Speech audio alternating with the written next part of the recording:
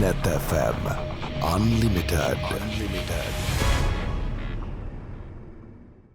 අයිබෝන් සුබ සන්ධ්‍යාවක් සුපුරුදු බදාදා අපිට හුරු වෙලාව Net FM Unlimited දේශපාලන සංවාදය අපි ආරම්භ කරන වෙලාව. පොදු මාතෘකා අවුරුදු දෙකක් විතර තිස්සේ අපි කතා කරනවා කොවිඩ් අර්බුදය. ඒ අතරේ දේශපාලනමය වශයෙන් මතුවෙන තත්ත්වයන් ඇතුලේ සමහර වෙලාවට ඒවත් අර්බුද බවට පත් වෙනවා. රටක් ඉදිරියට කරගෙන යනකොට ආර්ථිකමය වශයෙන් තීන්දුව తీරන ගන්නකොට පෙර කළපු දේවල් සංසන්දනය වෙනවා, වර්තමානයේ කරන දේවල් කතා කරනවා වගේම විවේචනයට ලක් වෙනවා. හැබැයි අවසානයේ ජනතාව හොයන්නේ ප්‍රතිඵල නැති වෙනකොට මොනවද මේ අපි කරගත්තේ, මොනවද මේ අපිට කරනවා කියලා කිව්වේ, මේවද අපිට වෙන්නේ වගේ දේවල් ජනතාවට හිතන වෙලාවලුත් තියෙනවා. ඒ හින්දා ජනතාව තීන්දුව తీරනත් අරගන්නවා. විවිධ අවස්ථාවල ඒ ගන්න තීන්දුව తీරන පිළිබඳව ආයමත් හිතනවා කොහොම වුණත් අපේ රටේ කාලයක් තිස්සේ එකම දේවල් වැඩි ප්‍රමාණයක් කාලෙන් කාලෙට කැරකි ආයමත් මතුවෙනවා වගේ පේන්න තියෙනවා. ඉතින් ඒ හින්දා තමයි හැමදාම එකම මාතෘකා විවිධ ආකාරයෙන් සංවාදයට ගන්න සිද්ධ වෙලා තියෙන්නේ කියලාත් ජනතාවට හිතෙනවා ඇති.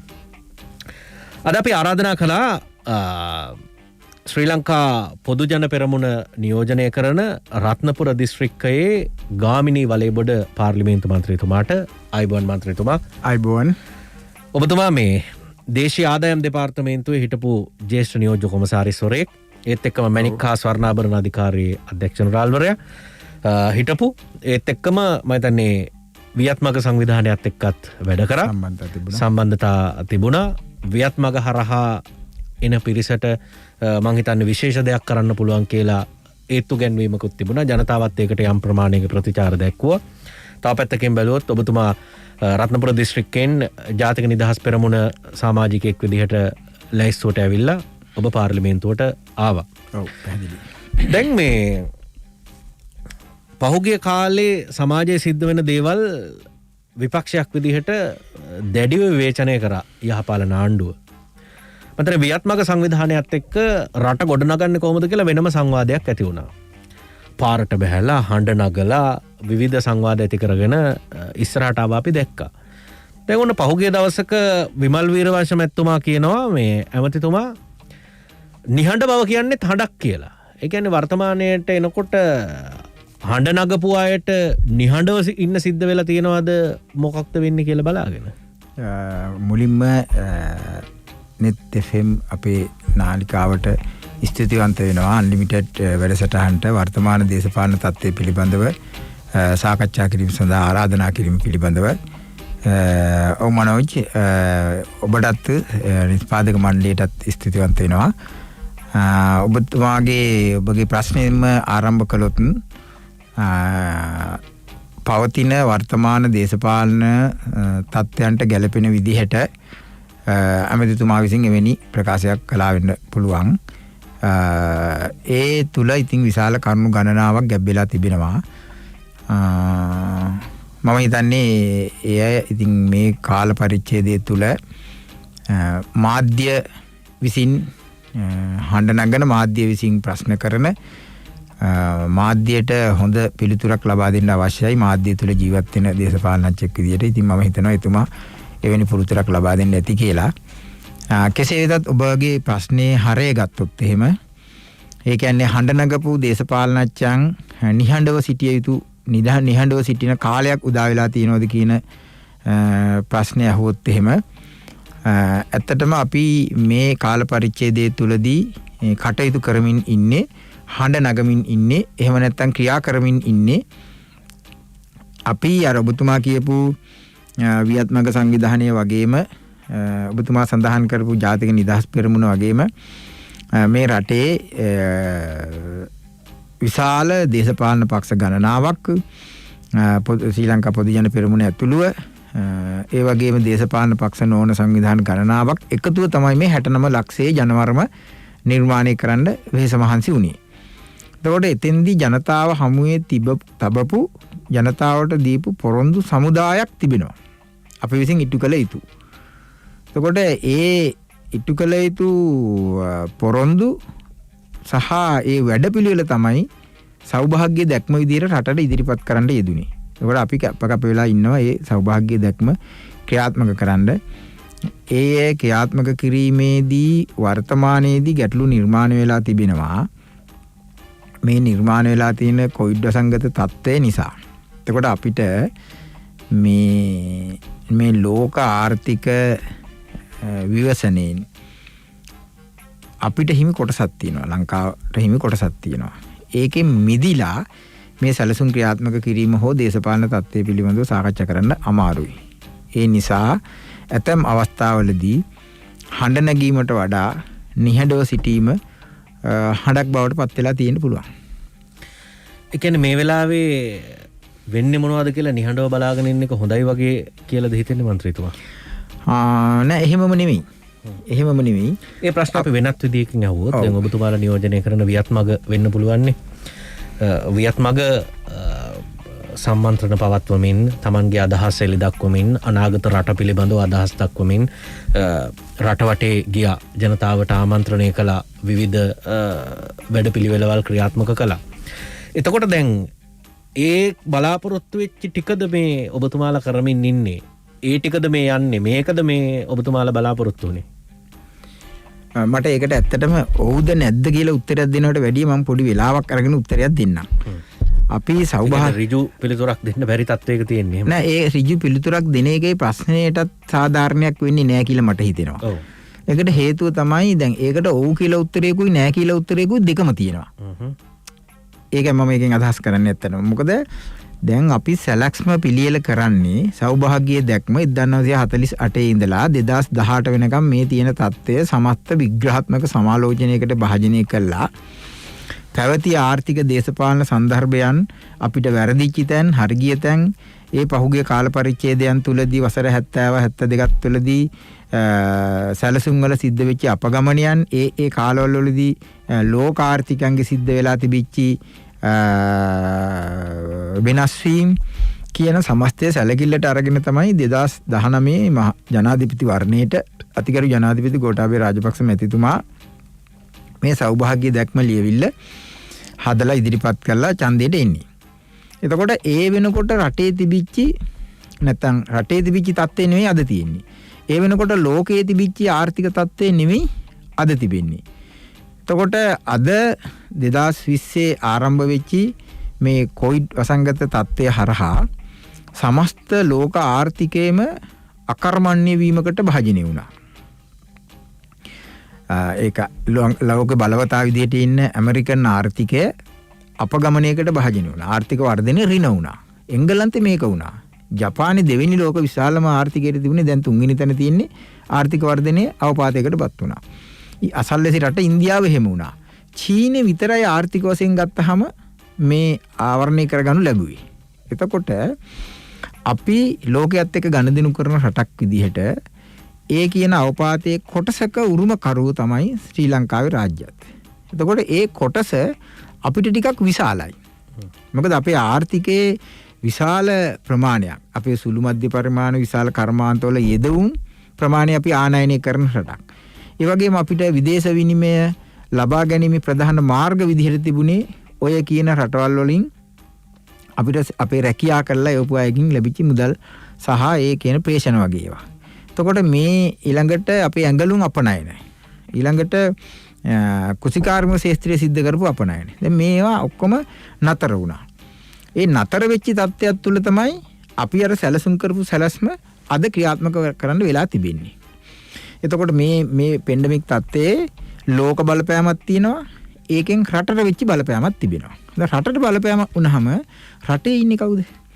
රටේ ඈත ගම්මානවල ඉගෙන ගන්න ඉස්කෝලවල දූ දරුවෝ ඉන්නවා. ඉස්කෝල වහලා තියෙන්නේ. එතකොට දැන් අපි ඔන්ලයින් ක්‍රමයට උගන්වනවා. නමුත් අර ළමයිට ඩේටා ගන්න සල්ලි නැහැ. ඒ වගේම සමහර විට සංවේදන පහසුකම් නැහැ.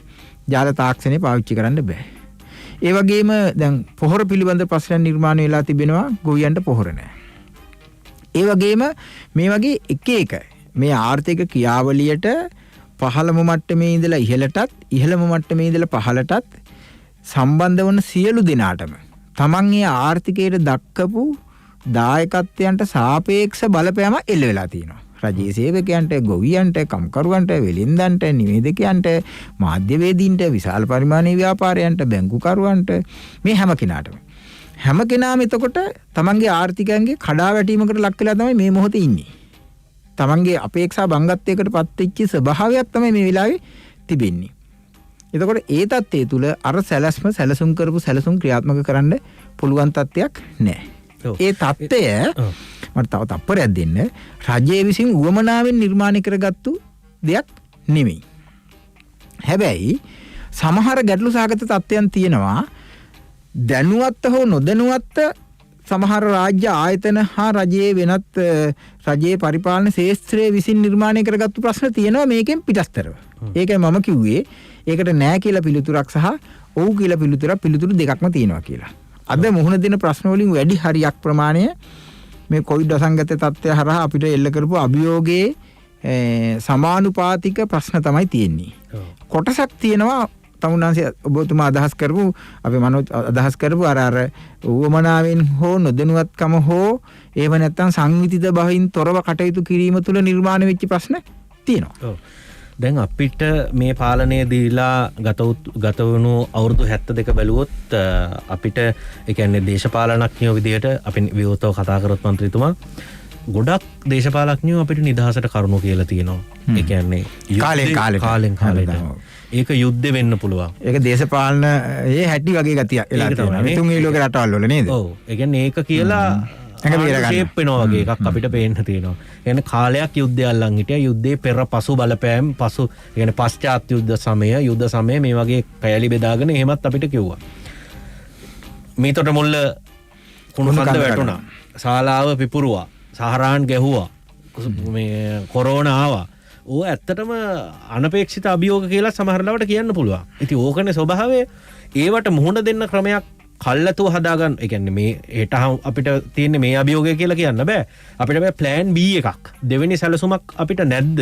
නැත්තම් අපි හැමදාම කරන්නේ ඇඟ බේර ගන්න ආණ්ඩුව නිදහසට කරුණු කිය ඉන්න එකද? ඒ කියන්නේ විපක්ෂයෙන් ඇහුවොත් කවදාවත් ආණ්ඩුවක් හොඳක් කරලා නැහනේ. හැම විපක්ෂේම ආණ්ඩුව විවේචනය කරනවා. හැම ආණ්ඩුවම අපි තමයි හරියට කරේ කියලා කියනවා. හැබැයි රට එක තැන. ඉතින් මොකක්ද? ඕනේ ඒක තමයි මගේ කලින් කරපු විග්‍රහයේ දෙවෙනි කොටස තමයි අතර ඔබ නිවැරදිව මේ ප්‍රශ්නේ අහමනෝජ්. ඊළඟට දැන් රජයට ඔය කියන විදිහට මම කියපු ටික කියලා මේක බේරෙන්න බෑ. ඔන්න වැස්සා ගම් වතුර එනවා දැන් දුවල බේරියල්ලා. නැත්තම් කන්ද මිදුට මුල්ල කඩාගෙන යටනවා දුවල පණ බේර ගන්න කියලා රජයට කියන්න බෑ. අපේ රජය එහෙම කියන්නෙත් නෑ. අපි මේ කියන ගැටලුව නිවැරදිව දැකලා මේ ගැටලුව කළමනාකරණය කරමින් ඉන්නවා. හැබැයි මේ ගැටලුව කළමනාකරණය කරමින් ඉන්නවා කිව්වට මේකේ කොටස් කීපයක් තියෙනවා අපිට කළමනාකරණය කරන්න පුළුවන් කොටසක් තියෙනවා බැරි කොටසක් තියෙනවා. දැන් මේක හරියට අපිට අර සුනාමි ආව වගේ එකක්. ලංකාව සුනාමි තත්ත්වයක් ගැන අත්දැකලා තිබුණේ නැහැ, අහලා තිබුණේ නැහැ. මුහුද ඒ පැත්තට ගලාගෙන ගියා මිනිස්සු මොකද්ද උනේ කියලා බලන්න මුහුදට බැහැලා බිලිවිච්චා හිටියා. ඒ මුළු ලෝකෙටම මේක අලුත් අත්දැකීමක් වුණා. එතකොට ඇමරිකාවටත් මේක අභියෝගයක්, ජපානයටත් අභියෝගයක් වෙනකොට අපිට අභියෝගයක් වෙන්නේ නැති නෑනේ. ඒ අභියෝගය ඇත්තටම ප්‍රබලයි. මම කියන්නේ නෙමෙයි. ඒක එහෙම කියලා ආණ්ඩුව මගහරින්නේ නැහැ කියලා මම කියන්නේ. දැන් දිගු කාලීන ආර්ථික සංවර්ධන සැලැස්මකුත් එක්ක තමයි රජය කටයුතු කරන්න පටන් ගන්නෙ. 2020 දී අයවැය ලේඛන ඉදිරිපත් කළා, මුදල් වෙන් කළා. මොකද මේ රටට මනෝජ් ඔබත් කිව්වා වගේ මේ පහුගිය අවුරුදු 70 ගානක් තිස්සේම ගත්තොත් දිගු කාලීන ආර්ථික දර්ශනයක් තිබුණේ නැහැ. කාලෙකදී වෘත ආර්ථිකය සම්පූර්ණයෙන්ම, කාලෙකදී ආවෘත ආර්ථිකය, ඊළඟට වෙළඳ ආර්ථිකය යනාදී ආකාරයට. ඒකෝර හැබැයි මේ සෞභාග්‍යයේ දැක්ම හරහා ඒ කියන දර්ශනය නිර්මාණය කරගන්න අපිට පුළුවන් වුණා. ඒක තමයි මෙතන තියෙන විශේෂත්වය. මොකද 3-4000ක වෘත්තිකෝ එකතු වෙලා විවිධ කුසිකර්මය, අධ්‍යාපනය, තාක්ෂණය, සංචාරක ශාස්ත්‍රය මේ කියන හැම ශාස්ත්‍රයකම විශේෂඥයන්ගෙන් සමන්විත වෙච්ච කණ්ඩායම් විසින් එකතු කරගත් තොරතුරු දැනුම පදනම් කරගෙන තමයි සෞභාග්‍ය දැක්ම වැඩපිළිවෙල නිර්මාණය වුණේ. එතකොට ඒ තුල මේ සියන ගැටලු වලට විසඳුම් තිබුණා. ඒ නිසා තමයි අපි කොන්දේ මොන ප්‍රශ්න තිබුණත් කොන්දේසි විරහිතව ක්‍රියාත්මක කිරීම වෙනුවෙන් පෙනී හිටින්න ඕනි කියන තැන ඉඳගෙන අපි කටයුතු කරමින් ඉන්නේ. ඒ නිසා ඒ කියන්නේ ඒ වගේ වෙලාවක අඩුතරමේ කියන්නේ ජනතාවට ඇත්ත කියලා මේ තත්ත්වය සමනය කරගන්නවත් බලන්න පුළුවන්නේ. දැන් උදාහරණයක් විදිහට ඒ කාරණාවත් එක්ක මම එකඟයි. ඔව් මීට මාස දෙකකට විතර කලින් මේ රටේ ආර්ථිකය පිළිබඳව කතා කරගෙන ආවා. ඒක කතා අපිට දැනෙන කාලේ කතා කරන්න පටන් ගත්තේ 5000 බෙදෙන එක අමාරුයි කියන තැන ඉඳලාම ආවනේ. ඒ කියන්නේ හැමදාම මෙහෙම 5000 ගානේ දෙන්න බෑ අපිට නෑ කියන ආර්ථික අර්බුදය ගැන කතා කරා. හැබැයි ඒ අතරේ අමාත්‍යවරු දෙන්නෙක් සමහරලාවට කියනවා නෑ එහෙම ප්‍රශ්නයක් නෑ අපිට සල්ලි තියෙනවා කියලා. හැබැයි අද අමාත්‍යවරුම ඇවිල්ලා මේ ඩොලර් ගන්න බෑ කියන තැනට ඇවිල්ලා තියෙනවා. අඩුතරමේ සමහර තැන්වල අපි අහලත් තියෙනවා අලලූණු ගෙන්න ගන්න ඩොලර් ටික හොයාගන්න බැරි වෙලා තියෙනවා. හැබැයි මීට මාස දෙකකට විතර කලින් නෑ අපිට ඕන තරම් සල්ලි තියෙනවා කියලා කිව්වා. දැන් තීරණේ පස්සේ අකුල ගත්තට മന്ത്രിවරුන්ට ජීප් ගෙන්නත් ඒ ඇස්සේ උත්සාහ කළා. ඒ සම්බන්ධයෙන් කැබිනට් එකටත් ආවා. පස්සේ කැබිනට් එකෙන්ම තමයි අයින් කරගත්තේ. හැබැයි මේ වගේ තීන්දුව ගත්තේ සහ මේ වගේ දේවල් කියන්නේ මේ අර්බුදයක් තියෙන බව දැන පෙනි එක්ක ජනතාවට නෑ කියලා අපිට පුළුවන් කියලා පෙන්වන්න හදනවා. නැත්නම් අර්බුදයක් තිබුණත් අපි අපේ ගමන යන්න ඕන කියලා, ඒ කියන්නේ අපේ සැප අපි හොයන්න ඕන කියලා එහෙම වැඩපිළිවෙලකුත් තියෙනවා. නෑ ඇත්තටම ඒ කියන්නේ සමස්තයක් විදිහට ගත්තාම අපේ සැප අපි හොයන්න ඕනි මේ මොනවා වුණත් කියන තැන ඉඳගෙන වැඩ කරන බහුතරයකින් යුතු පාර්ලිමේන්තුවක් නෙවෙයි අද ඉන්නේ. ඒක වගකීමෙන්ම ප්‍රකාශ කරන්න පුළුවන්. මොකද විශේෂයෙන්ම අපි නියෝජනය කරන මතවාදය තමයි මේ සැබෑ තත්ත්වය රටට ජනතාවට පැහැදිලි කරලා මේ තියෙන අර්බුදයෙන් ගොඩ එන්න ජනතාවගේ සහාය ලබා ගැනීමෙන් කටයුතු කළ යුතුයි කියන කාරණාව. ඒකදී ආණ්ඩුවක් විදිහට විතරක් නෙවෙයි. ඒ කියන්නේ හඬට කන් දීලා නෑ. නෑ ආණ්ඩුවක් විදිහට විතරක් නෙවෙයි විපක්ෂයක් විදිහටත් අපි එහෙම විය යුතුව තිබෙනවා. නමුත් ඒක ඔබ කියනවා වගේ ඒක 100% සිද්ධ වෙනවද කියන එක අපිටත් ප්‍රශ්නයක් තිබෙනවා. මොකද සමහර වෙලාවට අපි ඇත්තටම පේන්න තියෙන කාරණාවක් තමයි සමහරට එකම කාරණාවකට අමාත්‍යවරු දෙන්නෙක් ප්‍රකාශ දෙකක් නිකුත් කරන අවස්ථා ඕනි තරම් තිබිලා තියෙනවා. ඉතින් එතකොට අපිත් අපහසුතාවයටපත් වෙනවා. මේ වගේ මාධ්‍යයට ඇවිල්ලා කතා කරනකොට ජනතාවත් කම්පියුස් වෙනවා මොකද්ද මේ කියන්නේ කියලා. ඉතින් ඒ කන්සිස්ටන්සි, ඒ කියන්නේ ඒකාග්‍රතාවය පවත්වාගෙන යාම අත්‍යවශ්‍යයි කියන කාරණාව මම පිළිගන්නවා. වාහන ගෙන්වීමේ කතන්දරය දැන් ඇත්තටම ඊයේ වැඩසටහනකදී ඔය ප්‍රශ්න මගෙන් අහපුවම මම දීපු උත්තරේ තමයි ඇත්තටම දැන් සාම්ප්‍රදායික ක්‍රමවේදය තුල පාර්ලිමේන්තුවට മന്ത്രിවරු අලුතින් පත් වුණාම පාර්ලිමේන්තු මැතිවරණයකින් පසු മന്ത്രിවරුන්ට වාහනයක් ගේන්න පර්මිට් එකක් දෙන එක තමයි දිගටම තිබිලා තියෙන්නේ. ගෝඨාභය රාජපක්ෂ මැතිතුමා පැහැදිලිවම කිව්වා මම වාහන පර්මිට් දෙන්නේ නැහැ. පර්මිට් එක දීපුවාම മന്ത്രിවරුන්ගෙන් වැඩි හරියක් 95%ම කරන්නේ මේ පර්මිට් එක කාට හරි විකුණලා සල්ලි අරගෙන මැතිවරණයේදී තමන් වියදම් කරපු ණය මුදල් ඒවා මේවා පියව ගන්න කටයුතු කරන එක තමයි කරලා තියෙන්නේ. ඒකට දැනට ඉන්න පරණ മന്ത്രിවරු කවුරුත් කියන්නේ මේක තමයි ඇත්ත කතන්දර. රට දන්න කියනවද නැද්ද කියන්නේ මම දන්නේ නැහැ. සිද්ධ වෙලා තියෙන දේ. එතකොට ගෝඨාභය රාජපක්ෂ මැතිතුමා කිව්වා එතුමා ජනාධිපති වුණාට පස්සේ මම කාටවත් පර්මිට් දෙන්නේ නැහැ. ඇමතිවරුන්ට മന്ത്രിවරුන්ට කාටවත් පර්මිට් දෙන්නේ නැහැ. ප්‍රතිපත්තිය විදිහට අපිත් ඒකට එකඟයි. අපිත් ඒක පිළිගත්තා. හැබැයි മന്ത്രിවරුන්ගේ විශාල සංඛ්‍යාවක් ඉන්නවා වාහන නැති, එහෙම නැත්නම් වාහන පහසුකම් තිබෙන. එතකොට ඒ නිසා රජය මං හිතන්නේ මේ කාරණාව අපි දන්නේ නැහැ. අපි වාහන ඉල්ලුවෙත් නැහැ, අපිට පර්මිට් දෙන්න කිව්වෙත් නැහැ, වාහන ඉම්පෝට් කරලා දෙන්න කියලා අපි ඉල්ලුවෙත් නැහැ. කතිකාවක් තිබුණා වාහන වලට මොකක් කරු විසඳුමක් රජයේ විසිර දෙන්න ඕනි කියලා. ඒකට මුදල් අමාත්‍යාංශය හරහා ලංකා බැංකුවට උපදෙස් දීලා තියෙනවා. ඔයගොල්ලන්ට පුළුවන් නම් මොකක් හරි ව්‍යාපෘතියක් මේ සඳහා ක්‍රියාත්මක කරන්න කියලා. ලංකා බැංකුව දැන් ලංකාවට වාහන සපයන ජාත්‍යන්තර තලයේ ආයතනයකුත් එක්ක කතා කරලා මෙතන ඒගොල්ලෝ ව්‍යාපාරයක්, ඒ කියන්නේ ඒගොල්ලෝ බිස්නස් කන්සෙප්ට් එකක් ඩෙවලොප් කරලා තියෙනවා. මොකද්ද? ඒගොල්ලෝ ලංකා බැංකුව වාහන තොගයක් ආනයනය කරනවා LC ඕපන් කරලා. ඒ වාහන ටික පාර්ලිමේන්තු මන්ත්‍රීවරුන්ට විකුණනවා. බැංකුව ණයපද නමින් නැත්නම් ලීස් එකකට මන්ත්‍රීවරු Tamanට ගෙවීමේ හැකියාව අනුව ඒ වාහන පුළුවන් අය අරගෙන බැංකුවට ගෙවාගෙන යනවා.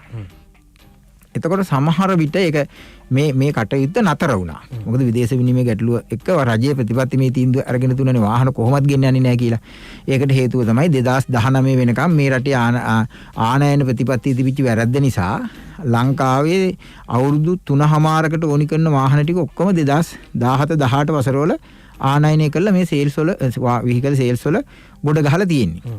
යා තවදුරටත් ඒ විදිහට වාහන ගෙන්නවුත් එහෙම මේ මහා අපරාධයක් වෙනවා. ඇත්තටම විදේශ විනිමය අපරාධය, ගේන්න වාහනත් අපරාධය. අපේ රට ඔරොත්තු දෙන්නේ නැහැ, පාරවල් වලට ඔරොත්තු දෙන්නේ නැහැ. ඉන්ධන පරිභෝජනය කියන කාරණාව විශාල අර්බුදයක් බවට පත් වෙන නිසා ඒ ප්‍රතිපත්ති මේ තියෙන විදිහට ඒ තීරණේ හරි. මොකද වාහන නැතුව නේ වාහන තියනවා ගෙනහලා තියෙනවා.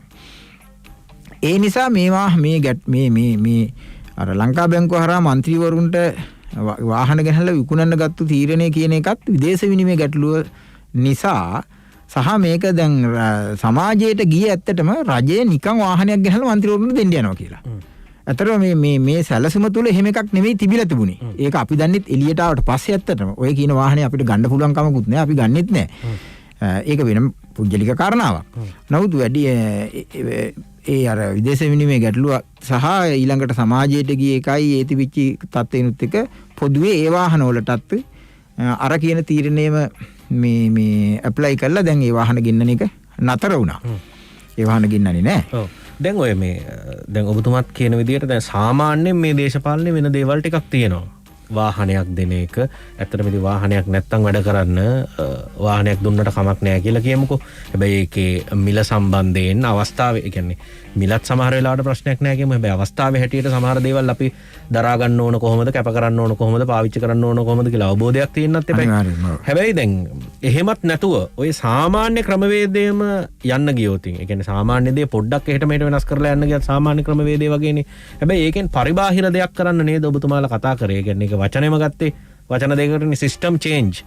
ඔව් රටේ. ඔව් රටේ. ඒ කියන්නේ සිස්ටම් චේන්ජ් කියලා තියෙන සිස්ටම් එකම ආයෙ දුවවන්න හදනවා නම් සහ එක්කෝ උත්සාහ කරත් චේන්ජ් කරන්න යන්නේ සාමාන්‍ය සිස්ටම් එක නම් එතන මොකක් හරි තියෙනවා ලොකු අවුලක්. ඔව් ඇත්තටම මෙහෙමයි ඉතින්. දැන් අපේ රටවල් වල තුන්වෙනි ලෝකේ රටවල් වල මේ රජයේ ආයතන වෙන්න පුළුවන්, පුජ්‍යලික ආයතන වෙන්න පුළුවන්, හැම එකක්ම ගොඩනැගිලා තියෙන්නේ වසර ගණනාවක් තිස්සේ මේ පවතින අධ්‍යාපන ක්‍රමය සහ මේ සමාජ සන්දර්භය තුළ එක්තරා ක්‍රමවේදයකට.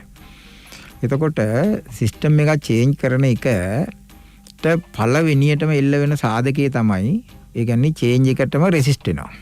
ඒ කියන්නේ වෙනස් කිරීමට විරුද්ධයි. අපේ පුජ්‍යලිකාංශයේත් රාජ්‍යාංශයේත් හැමතැනම තියෙන ප්‍රධානම ගැටලුව තමයි අපි හිතමු සේවකයෙක් දැන් ඔබතුමාගේ මනෝජ් ඔබගේ ආයතනයේ සේවකයෙක් 11 වෙනි තට්ටුවෙන් 10 වෙනි තට්ටුවට මාරු කළත් සමහර විට යනකොට මේසේ පුටුවයි දෙක උස්සගෙන යන්න හදන ස්වභාවයක් තමයි තියෙන්නේ. ඒ තරමට ඇලිලාද? ඒකට හේතුව තමයි මේ තියෙන දුෂ්කරතාවයන් එක්ක මිනිස්සු බයයි, නිලධාරි බයයි, සමහරට දේශපාලනඥයොත් බය වෙන්න පුළුවන්. තමන්ගේ පැවැත්මට බලපෑමක් එල්ල වෙනවා කියලා මේ තත්ත්වය වෙනස් වුණා.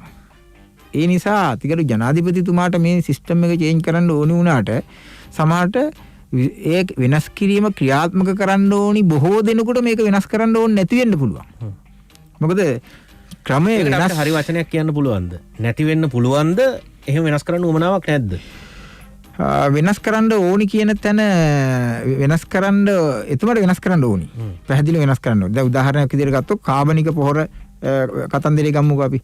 දැන් කාබනික පොහොර කතන්දරේ රටට ආවේ එතුමා මාධ්‍ය මේ තිබිච්චි කුසිකාර්ම අමාත්‍යාංශයේ තිබුණ මේ ප්‍රගති සමාලෝචන රැස්වීමකින් අනතුරු තමයි එතුමා කිව්වා රැස්වීමේදී නෑ නෑ කාබනික පොහොර හදන්න ඕනි කියලා.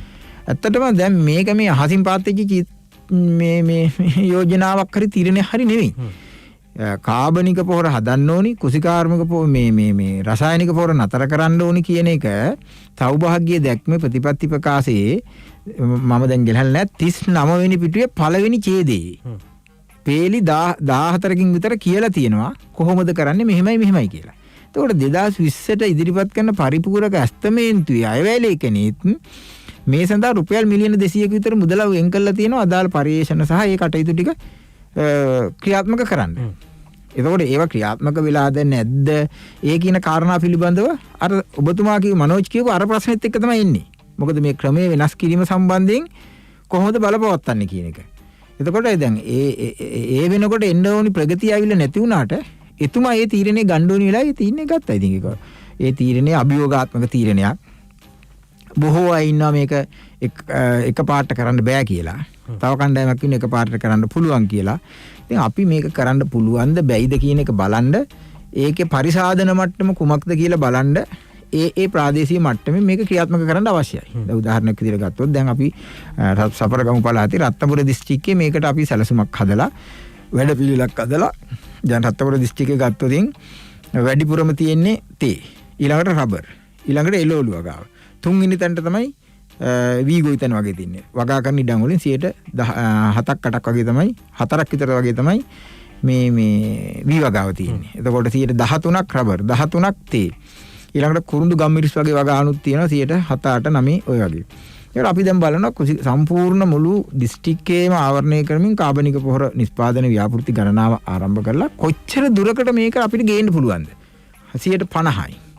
75%යි. 140යි. කොහේරි තැනක අපි නතර වෙනවා. එතකොට අපිට කියන්න පුළුවන් අපි මෙන්න මෙතෙන්ට ආව මේ ඉතුරු ටික කරගන්න බෑ.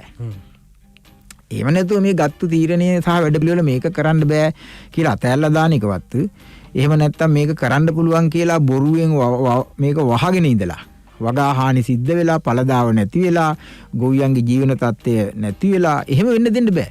අන්න ඔබතුමා මේ හොඳ තැනක් මතු කරා. ඒ කියන්නේ ඔබතුමාලා මේක මේක අනවශ්‍ය දෙයක් නෙවෙයි නේ. ප්‍රායෝගික යථාර්ථයක් බවට මේ පත් කරගන්න කල යුතු සියලුම දේ කරන්න ඕනි. එහෙනම් ඔබතුමාලා උත්සාහ කරන්නේ එක්ක මේක කරන්න බෑ කියලා අතහරින්න හරි නෑ අපිට පුළුවන් කියලා යෝජනාව කර තියාගෙන හරි යන්න නෙමෙයි කොච්චරක් අපිට කරන්න පුළුවන්ද කියලා බලන්න. අනිවාර්යෙන්ම. ඒකනේ වෙන්න ඕනිද? ඔව්. ඒ කියන්නේ ඒක තමයි වෙන්න ඕනිද? ඒ කියන්නේ ඔබතුමාලා ඊට පස්සේ ඍජුව කියනවා අපිට පුළුවන් මෙච්චරයි කියලා.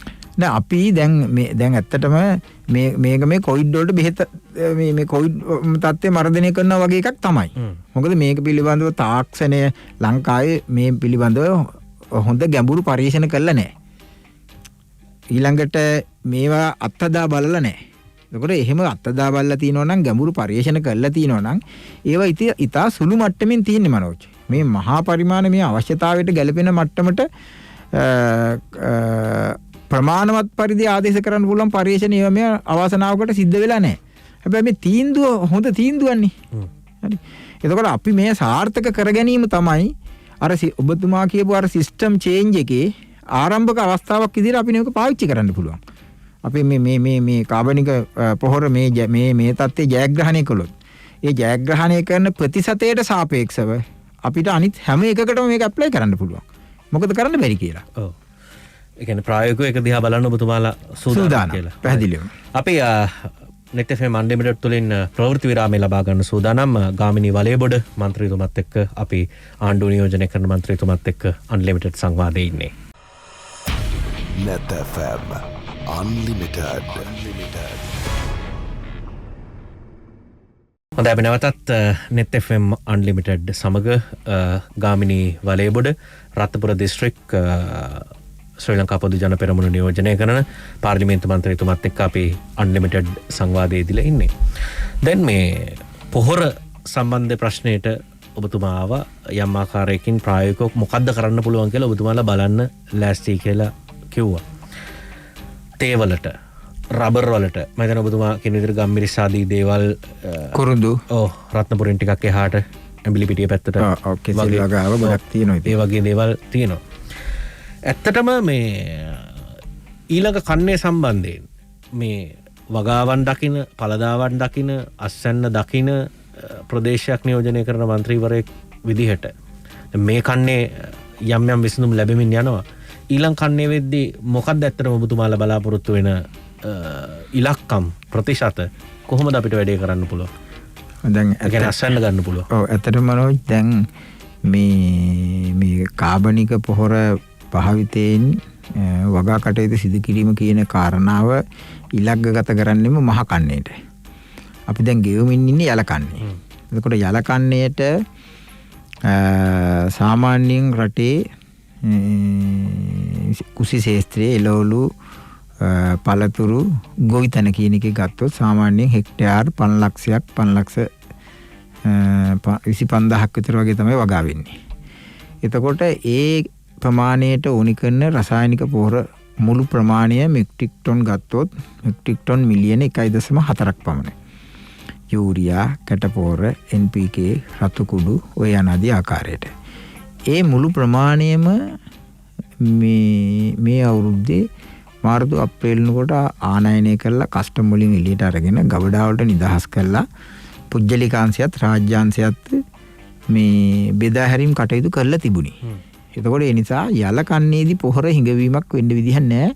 න්‍යායාත්මකව ගත්තොතින් පොහොර සංගවලා හෝ එහෙම නැත්නම් අවිතු භාවිතාවක් සිද්ධ කරලා හෝ මොකක් හරි එහෙම දෙයක් නැත්තම්. මේ தත්ත්වය තමයි කුසිකර්ම අමාත්‍යාංශයෙන් ගරු කුසිකර්ම ඇමතිතුමා විසින් එලි දක්වන ලද තොරතුරු. ඉතින් අපිත් මේක රේගුව හා අනිකුත් ආයතනත් එක්ක සම්බන්ධ වෙලා මේ තොරතුරු හොයලා බලපුවා. මේ තොරතුරු වල සාවද්‍ය බවක් නැහැ ඇත්තටම. මේ තොරතුරු නිවැරදි. ඒකවල යම් පොහොර ප්‍රමාණයක් සැඟවිලා තියෙනවා කියන එක තමයි අදහස් කරන්නේ. එතකොට ඔබතුමා මනෝජ් කිව්වා වගේ මේ දැන් යලකන්නේ වැඩි සෑහෙන ප්‍රමාණයකින් निराකරණය වෙනවා. ඒකෝර ඊළඟ ගැටලුව වෙන්නේ මහ කන්නේ. ඒ ගෙනාවු පොහොර ප්‍රමාණය මෙට්‍රික් ටන් මිලියන 1.5ක් විතර. එතකොට මෙට්‍රික් ටන් ලක්ෂයක් විතර තියෙනවා වැඩිපුර ගෙනල්ලත්. ඒ කියන්නේ මහ කන්නේට ඕනි කරන ප්‍රමාණයකුත් යම්කිසි ප්‍රමාණයක් තියෙන්න ඕනි හරි විදිහට ගත්තොත්. ඉතින් අපි දන්නේ ඒවා තියෙන්නේ කොහෙද කියන එක. එතකොට ගැටලුව පැන නගින්නේ මනෝජ් කිව්වා වගේ මහ කන්නේ වගාවන් වලට ගොවිතැන සහ ඔය කියන අනිකුත් වගාවන් වලට ඕනි කරන පොහොර ප්‍රමාණය ගැන තමයි. එතකොට දැනට අපි ඉන්නේ දැන් මේ ජූලි මාසේ. එතකොට සැප්තැම්බර් අග වෙනකොට මහ කන්නේ ආරම්භ වෙලා පොහොර අවශ්‍ය වෙනවා. එතකොට ඒ ඉලක්කයට තමයි ගමන් කරමින් ඉන්නේ කොම්පෝස්ට් එහෙම නැත්නම් කාබනික පොහොර කියව මේක කොම්පෝස්ට් කියන එක වැරදි ඇත්තටම.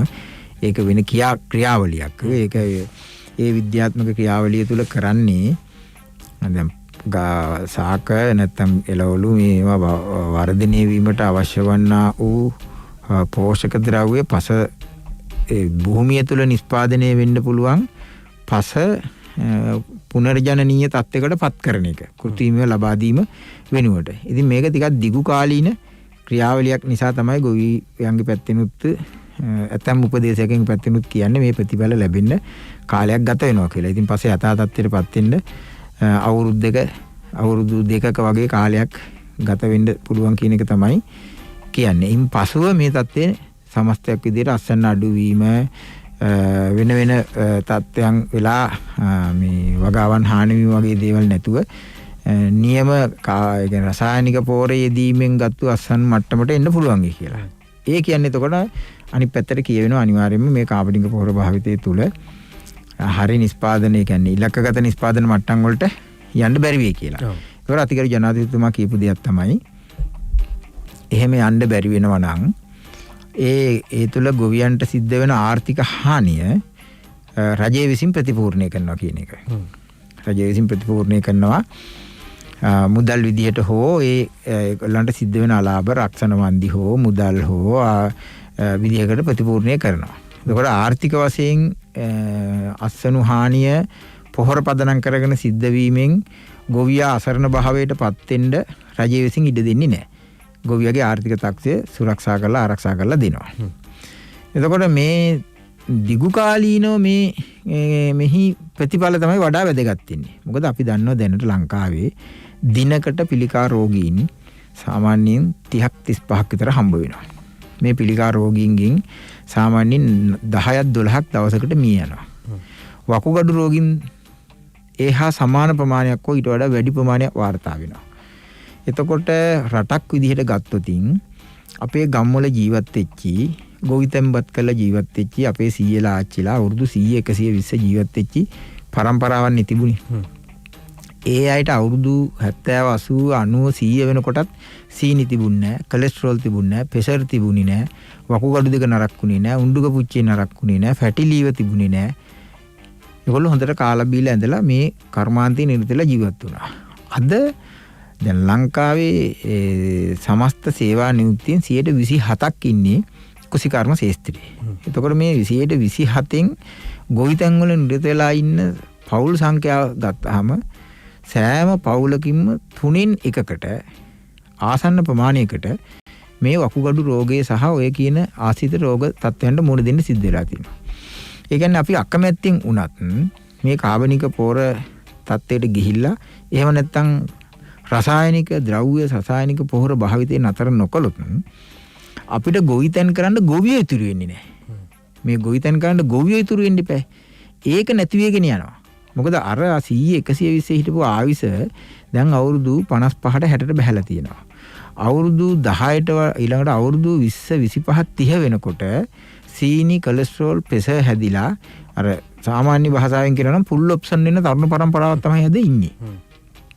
වෛද්‍ය ශාස්ත්‍ර පරීක්ෂණ කරලා තියෙන විදිහට නාගරික ළමයින්ගෙන් 2.4ක් අද බෝනෝන රෝගවල ස්ථූලතාවය, සීනි, කොලෙස්ටරෝල් වගේ රෝගවලින් පෙළෙන ළමයි බවට පත් වෙලා තිබෙනවා. ඉතින් මේ රිග්‍රෙෂන් එක, මේ ප්‍රතිපායනය, මේ පුරෝකතනය, මේ කියන ටික ඔක්කොම එකට අරගෙන පුරෝකතනය කළොත් එහෙම වනෝ තව අවුරුදු 15කින් උපදින අය ලංකාවේ අවුරුදු 35ක ආයු අපේක්ෂාව ඇතුව විතරයි උපදින්නේ. එතකොට හිතන්න බලන්න රටක ජනතාවගේ ආයු අපේක්ෂාව අවුරුදු 35ට 40ට සීමා වෙන ක්‍රියාවලියක් නම් අපි පණ දීලා කරගෙන යන්නේ. ඒක නතර කරන්න ඕනේ නැද්ද? ඒක සිංහලද, මුස්ලිම්ද, දෙමළද කවුද කියන එක නෙවෙයි වැදගත් වෙන්නේ. මේ සමස්ත ශ්‍රී ලාංකික ජාතිකයෝ. එතකොට මේ ජනතාවට මේ ජීවය දෙන්න මේ රට පවත්වාගෙනද අපි තව අවුරුදු ඕනනම් අපි අවුරුදු 15ක් 20ක් ජීවත් වෙයි. ඒකට අපේ પરම්පරාව අපි මෙතනින් ඉවර වෙනවා. හැබැයි ඊළඟ බැටන් චේන්ජ් එක ගන්න ඉන්න પરම්පරාවේ ආවිස අවුරුදු 35ට බහිනවා නම් අපි මේ රටවල් සංවර්ධනය කරන්න උත්සාහ කළා, සැලසුම් හදලා මොනවටද? මේ හයිවේ හදලා මොකටද? නගර ගොඩනගලා මොකටද? ඉස්සරම කරන්න ඕනි දේ තමයි මේ රටේ ජනතාවට ජීවත් වෙන්න, ජීවත් වීමේ අයිතිය ලබා දෙන ක්‍රියාවලියට යන්න ඕනේ. අතිගරු ජනාධිපතිතුමා විසින් මේ ගත්තු තීන්දුව හුදෙක්ම මෙන්න මේ කියන කාරණාවට කේන්ද්‍රගත වෙච්ච තීන්දුවක්. ඒ තීන්දුවට අපි ගරු කරන්නේ සහ ඒ තීන්දුව සාක්ෂාත් කරගන්න රටක් විදිහටත් දේශපාලනඥ විදිහට අපිත් පක්ෂ විපක්ෂ කවුරුත් මේකට එකතු වෙන්න ඕනි කියලා අපි තර්ක කරන්නේ අන්නේ නිසා. ඒක අඩුපාඩු තියෙන්න පුළුවන්. ගැටලු තියෙන්න පුළුවන්. අභියෝග තියෙන්න පුළුවන්. හැබැයි අපි රටක් විදිහට මේක ජය ගන්න ඕනි. ඔව්. ඒ කියන්නේ ආණ්ඩුව ගෙන අපේ යෝජනාව ආණ්ඩුව නියෝජනය කරන മന്ത്രിවරු විදිහට පිළිගන්න සූදානම්. විවිධ තර්ක විතර්ක තියෙනවා. يعني මේක මෙච්චර ඉක්මනට කරන්න පුළුවන් වැඩක්ද? මේ කන්වර්ෂන් එකෙන් අපිට යහපතක් වේද කියන තර්කය සමාජයේ තියෙන වෙලාවේ ආණ්ඩු පක්ෂ മന്ത്രിවරයෙක් විදිහට ඒ වෙනුවෙන් පෙනී ඉඳලා ඒක ප්‍රතිඵලදායක කරගන්න උත්සාහ කරනවා. අනිවාර්යෙන්ම. එතකොට දැන් කොතලාවල අධ්‍යාපන පනත, කොතලාවල ආරක්ෂක විශ්වවිද්‍යාල සම්බන්ධයෙන්ුත් පනතක් එනවා. ඔව්. ආණ්ඩුව විදිහට ආණ්ඩුව නියෝජනය කරන മന്ത്രിවරු විදිහට ඒකත් ඒ ආකාරයෙන් රැකගන්න එවනම් ඔබතුමාලා කටයුතු කරනවා. මෙහෙමයි මනෝජ්. දැන් ඔය කොතලාවල ආරක්ෂක විශ්වවිද්‍යාලය පිළිබඳව පනත කරලියට එන්නේ, සමාජගත වෙන්නේ යහපාලන රජකාරී. මට මතක හිටියේ 2017 නැත්නම් 18 විතර. කැබිනට් මණ්ඩලයට ඉදිරිපත් කළා. ඊට පසුව දිගින් දිගට ඉදිරිපත් යනකොට ඒ වෙනකොට මම රජයේ රැකියාවක හිටියේ. අපේ තිබුණ වෘත්තිකයන්ගේ ජාතික පෙරමුණ කියලා අපේ සංවිධානයක් ලංකාවේ වෘත්තිකයෝ එකතු වෙච්ච OP එක හරහා කරන විශේෂයෙන්ම රජ වෛද්‍ය නිලධාරීන්ගේ සංගමය, දේශීය ආදායම්, කස්ටම්, සුරාබදු, විගණන සේවය, පරිපාලන සේවය, ඉංජිනේරු සේවය අපි ඒකෙන් ලොකු අධ්‍යයනයක් කළා. ඒ වෙනකොට එවකට හිටු ජනාධිපතිවරයා මෛත්‍රීපාල ජනාධිපතිතුමාත් එක්ක සාකච්ඡා කළා. ඒ වෙලාවේ මෛත්‍රීපාල ජනාධිපතිතුමා මේක පිළි අරගෙන මේ පනත පැත්තකින් තිබ්බ ඇත්තටම. ඒ පාර්ලිමේන්තුවේ ඉදිරිපත් කළෙත් නෑ මට මතක විදියට. ඉතින් දැන් මේ පාරත් ඒ පනත ඒ විදිහටම ඉදිරිපත් වෙච්චි ස්වභාවයක් තමයි දැනට අපිට නිරීක්ෂණය වෙලා තිබෙන්නේ. එතකොට ඒ පනත ඒ විදිහටම මේ පාර්ලිමේන්තුවට ඉදිරිපත් වෙන එක ඇත්තටම ඉදිරිපත් වෙලා තියෙන එක පිළිබඳව අපිට කනගාටුවක් තිබෙනවා. ඒක පළවෙනි කාරණා. මට විතරක් නෙවෙයි, අපි ගොඩක් දෙනෙකුට ඒ කනගාටුව තිබෙනවා. يعني පොඩි බාධාවක් කරලා ගියොත් ඒ කියන්නේ ඔබ කියන්නේ සමහර තැන්වල සිස්ටම් චේන්ජ් කියලා උත්සාහ කරාට සිස්ටම් එක කන්ටිනියු වෙනවා වගේ තත්ත්වයක්ද තියෙන්නේ? නෑ, ඇත්තට මේක තමයි දැන් අපිට තියෙන ගැටලුව. දැන් මෙයා අධ්‍යයනයකින් තොරව තමයි ඇවිල්ලා තියෙන්නේ. ඒ පනත ඒ විදිහටම ඇවිල්ලා තිබෙනවා. ඉතින් දැන් ඒක තමයි අපි කියන්නේ දැන් ජනාධිපතිතුමාගේ දර්ශනයට පිටින් තමයි මේක ඇවිල්ලා තියෙන්නේ. ඒක පැහැදිලි. එතකොට මේ පනතට දැන් මම මනෝජ් සාමාන්‍ය පෙළ කරන්න කිලෝමීටර් 5ක් පයින් ගියා. උසස් පෙළ කරන්න උදේ හවස කිලෝමීටර් 7ක් 8ක් පයින් ගිහිල්ලා ආවා. එහෙම කළා තමයි විශ්වවිද්‍යාලයට යන්නේ. එතකොට මම විතරක් නෙමෙයි, අපේ પરම්පරාවේ දසදහස් ගාණක්. එතකොට අපේ පාර්ලිමේන්තුවේ ඉන්නවා මමත් එහෙමයි. විශාල පිරිසක් මුදල් ගෙවලා එකම ටියුෂන් පන්තියකටවත් ගිහිල්ලා නැහැ විශ්වවිද්‍යාලයෙන් එළියට එනකම්. මමත් එහෙමයි. මට ඉගැන්වුවේ මේ නිදහස් අධ්‍යාපන ක්‍රමයෙන් රජයේ මුදල් වලින්. එතකොට අපේ පරම යුතුයකම තමයි ඒ ආරක්ෂා කිරීම වෙනුවෙන් පෙනී හිටියේ. නැත්නම් අපි වගේ ඒ ගම්වල දුක් විඳින හැකියාවන් තියෙන අයට එළියට ඇවිල්ලා මේ ගමනේ යන්න හම්බ වෙන්නේ නැහැ. ඉතින් එතනට බාධා ඉල්ලවන ආකාරයේ කරුණු මේ පනතේ තියෙනවට අපි කැමති නැහැ. ඒකෝර එක තමයි නිදහස් අධ්‍යාපනයේට මේ පනත හරහා බාධාවක් ඉල්ල වෙන්න බෑ. ඒ වගේම තමයි අනිත් පැත්තෙන් ගත්තාම මේ පනතට ඔබතුමාලා එකඟ නැද්ද? පනතේ සියල්ලටම එකඟ නැහැ. පනතේ අපි එකඟ වෙන කොටස් ගොඩක් තියෙනවා. එකඟ නොවන කොටසුත් තියෙනවා. ඒ නිසා අපි යෝජනා කළා අග්‍රාමාත්‍යතුමාට ඒ අවස්ථාවේදී සභානායකතුමාටත් කතා කරලා මේ පනතට අපිට සංශෝධන ඉදිරිපත් කරන්න අවශ්‍යයි. ඒ සඳහා අවස්ථාව ලබා දෙන්න කියලා ගරු අග්‍රාමාත්‍ය මහින්ද රාජපක්ෂ මැතිතුමා එවලෙම සවන් දීලා පනත සාකච්ඡාවට ගත්තේ බ්‍රහස්පතින්දා සිකුරාදා විවාද කරලා සම්මත කරන්න තිබුණේ. නමුත් බ්‍රහස්පතින්දා පමණක් විවාද කරලා සිකුරාදා පනත සම්මත කිරීමකින් තොරව පනත දැන් දින නීමයක් නැතුව ඉස්සරහට කල් තියලා තියෙනවා. මේ හරහා මේ පනතේ වැදගත්කමකුත් තිබෙනවා. ඒ වැදගත්කම තමයි දැනට මනෝජ් දැන් අපේ සාමාන්‍ය පෙළ උසස් පෙළ සමත් වෙච්චි දහස් ගානක දූ දරුවෝ විදේශ අධ්‍යාපනය ලබන්න උසස් අධ්‍යාපනයේ වෘත්තීය තෘතීය අධ්‍යාපනය ලබන්න රටෙන් එළියට යනවා. එතකොට ඒ අය අපේ තියෙන රටේ තියෙන විශ්වවිද්‍යාල පද්ධතියට එක්කෝ ඇතුල් වෙලා ඒ කාලය ගෙවා ගන්න කැමති නැති පිරිසක් ඉන්නවා. ඒවට ඇතුල් වෙන්න සුදුසුකම් ලැබුවා වුණත්. තව කණ්ඩායමක් ඉන්නවා ඇතුල් වීමට සුදුසුකම් ලැබුවා වුණත් අපි වගේ ඌණ සංවර්ධිත රටක සංවර්ධනය වෙමින් පවතින රටක අපේ විශ්වවිද්‍යාල ධාරිතාවයට මේ සමත් වෙන ඔක්කොම ටික ගණීමේ හැකියාවක් නැති අය. එතකොට ඒ දෙගොල්ලන්ටම අධ්‍යාපනය මේ රට තුල මුදල් ගෙවලා හෝ ඒහා සමාන වෙන ආකාරයකින් ලබා ගැනීමේ හැකියාව රට තුල නිර්මාණය වෙලා තියෙන හුඟක් අඩුයි. ඒ නිසා ඒ අය යොමු වෙනවා විදේශ අධ්‍යාපනයට. ඒක ඕස්ට්‍රේලියාවට යනවා ඉන්න කැනඩාවට යනවා ඉන්දියාව වෙන රටවල. මේ හර අපේ රටේ විශාල විදේශ විනිමය ප්‍රමාණයක් ඩොලර් ප්‍රමාණයක් රටින් එළියට ගලාගෙන යනවා. එතකොට ලංකාවේ හැබැයි මේ දරුදරියන් ඔක්කොටම උගන්වන්න පුළුවන් දැනුම තියෙන අත්දැකීම් තියෙන ආචාර්ය මහාචාර්යවරු යටිතල පහසුකම් විශාල වශයෙන් තියෙනවා. දැන් ඉන්දියාව එහෙම ගත්තොත් එහෙම ඉන්දියාව තමයි ලෝකෙ වැඩිම විශ්වවිද්‍යාල තියෙන රට. ලෝකේ බොහෝ රටවල් වලින් ඉන්දියාවට ඇවිල්ලා ඉගෙනගෙන ආපහු යනවා. අඩු පිරිවැයකින් හොඳ පාඨමාලා හදාරන්න පුළුවන් විශ්වවිද්‍යාල විශාල ප්‍රමාණයක් තිබෙනවා. ඉතින් අපිට රටක් විදිහට අපිට බැයි දේ තත්ත්වය නිර්මාණය කරගන්න. ඒ තත්ත්වය අපි නිර්මාණය කරගන්න ඕනි. ඔව් දැන් මොකක්ද එහෙනම් ඔබතුමාලා විරුද්ධ වෙන තැන? දැන් ඔතනනේ ගැටෙන තැන. ඒ කියන්නේ නිදහස් අධ්‍යාපනයෙන් තව විශාල පිරිසක් ඉන්නවා. යස් කියලා ඇවිල්ලා තියෙනවා. විශ්වවිද්‍යාල ප්‍රවේශයට සුදුසුයි කියලා ඇවිල්ලා තියෙනවා. නමුත් මේකේ ධාරිතාව අනුව කට් ඔෆ් මාක් එකක් දාලා එක තැනකින් නවත්තනවා. ඊට පල්ලෙහාට එන්න බෑ. ඒගොල්ලන්ට ඉඩ දෙන්නේ නැතුව ඒ සල්ලි දීලා ගන්නන්නේ. එක තර්කයක්. දෙවෙනි තර්කය ඔබ කියන ප්‍රශ්නේ තියෙනවා. නේපාලෙට ගිහිල්ලා වෛද්‍යවරු බිහිවෙලා එන වෙලාවල් තියෙනවා. බංග්ලාදේශයට ගිහිල්ලා එහෙම එන වෙලාවල් තියෙනවා. එවැනි රටවලට ගිහිල්ලා වුන් විශාල වශයෙන් මුදල් ගෙවලා ඉගෙනගෙන එනවා. අපේ රටේ සාක්ෂරතාවය ඉහළයි, අධ්‍යාපන මට්ටම ඉහළයි, හොඳ ගුරුවරු ඉන්නවා, කැපවීමෙන් උගන්වනවා. කියන සමහර තැන්වල එහෙමත් සාකච්ඡා වෙනවානේ. ඔව් නෑ දැන් මේ ඒක මනෝජ් කියන එක ඇත්ත. නෑ ගැලපෙනවා. මොකද මේක දැන් අර ඉරිසියාවෙන් හරි දුෂ්ටකමින් හරි ගන්න ඕනි තීන්දුවක් නෙවෙයි ඇත්තටම. ඒ කියන්නේ කුහක කමින් තොරව මේක දිහා බලන්න ඕනි අපි. හරි. මොකද දැන් අපි හිතමු ඒ කියන්නේ දැන් මේ කටයුත්ත සිද්ධ වෙන්න ඕනි. දැන් ඔයාට විශ්වවිද්‍යාලයට යන්න ඔයාට ඔයාගේ දෙමව්පියෝ අතින් වියදම් කරලා උගන්වන්න කැමති ලංකාව තුළ හොඳ විශ්වවිද්‍යාලයකට යවලා. මට ඒ හැකියාව නැති නිසා මම රජයේ විශ්වවිද්‍යාලෙක ඉගෙන ගන්න වෙන්න පුළුවන්.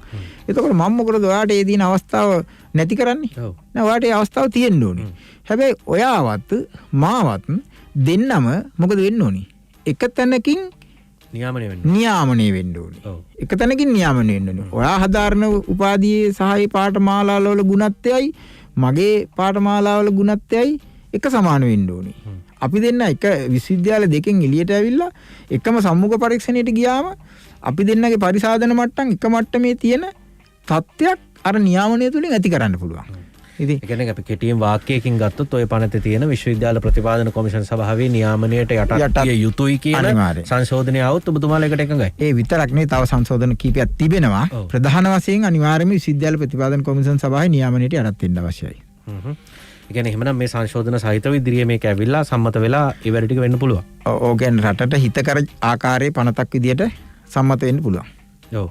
කියන්නේ ඔබතුමාලා විශ්වාස කරනවා මේ විශාල වශයෙන් විදේශ විනිමය ගලාගෙන යනවා රටින් පිටට අධ්‍යාපන නෑ ඒ විතර නෙමෙයි. ඒ විතර නෙමෙයි. දැන් අපිට දැන් මාලදිවයිනේ එහෙම ගන්නකො. මාලදිවයිනේ ළමයි වැඩිහිටියෝ දැන් මේ ඉගෙන ගන්න ලංකාවේ ඉන්න කොච්චර දහස් ගණනක් ඉන්නවනේ. ඔව්. ඒගොල්ලෝ කොච්චර විදේශ විනිමය ප්‍රමාණයක් මෙහි ඉගෙන ගේනවද? දැන් අපි අපේ සහෝදරියෝ කාර ගන්න විශාල වශයෙන් එනවා. දැන් අපේ සහෝදරියෝ අපේ අම්මලා මැදපෙර දිගේ යවනවා රස්සාවලට. ඒගොල්ලෝ වෙන ඩොලර් ටික තමයි අපි ආපහු ළමයි ඉගෙන ගන්නකොට ආයේ ඒ විශ්වවිද්‍යාල වලට ඒවට මෙයාට ගෙවලා දාන්නේ. ඒකට අපිට බැයිද ඔය වගේ හොඳ ඔය කියන පනත හරහා හොඳ විශ්වවිද්‍යාල සහ අධ්‍යාපන පීඨ ගණනාව ඇති කරගත්තාම විදේශ සිසුන් ආකර්ෂණය කරගෙන අපිට හොඳ ඒ කියන්නේ අපිට දැන් සංචාරකයේ ආදායම අපි හොයන්න බලනවා. රැකියාවලට යවලා අපි විදේශ විනිමය හොයන්න යනවා. එතකොට ඇයි අපිට බැරි අපේ තියෙන සම්පත් කී දහහකට රැකියා අවස්ථා හම්බ වෙනවා. උතන ගැටෙන්නේ නැද්ද മന്ത്രിතුමා ඔය නිදහස් අධ්‍යාපනයෙන් තව අවස්ථා විශාල වශයෙන් ලබා දිය යුතුයි විශ්වවිද්‍යාලවල ධාරිතාව ඒ සඳහාම වෙන් කළ යුතුයි.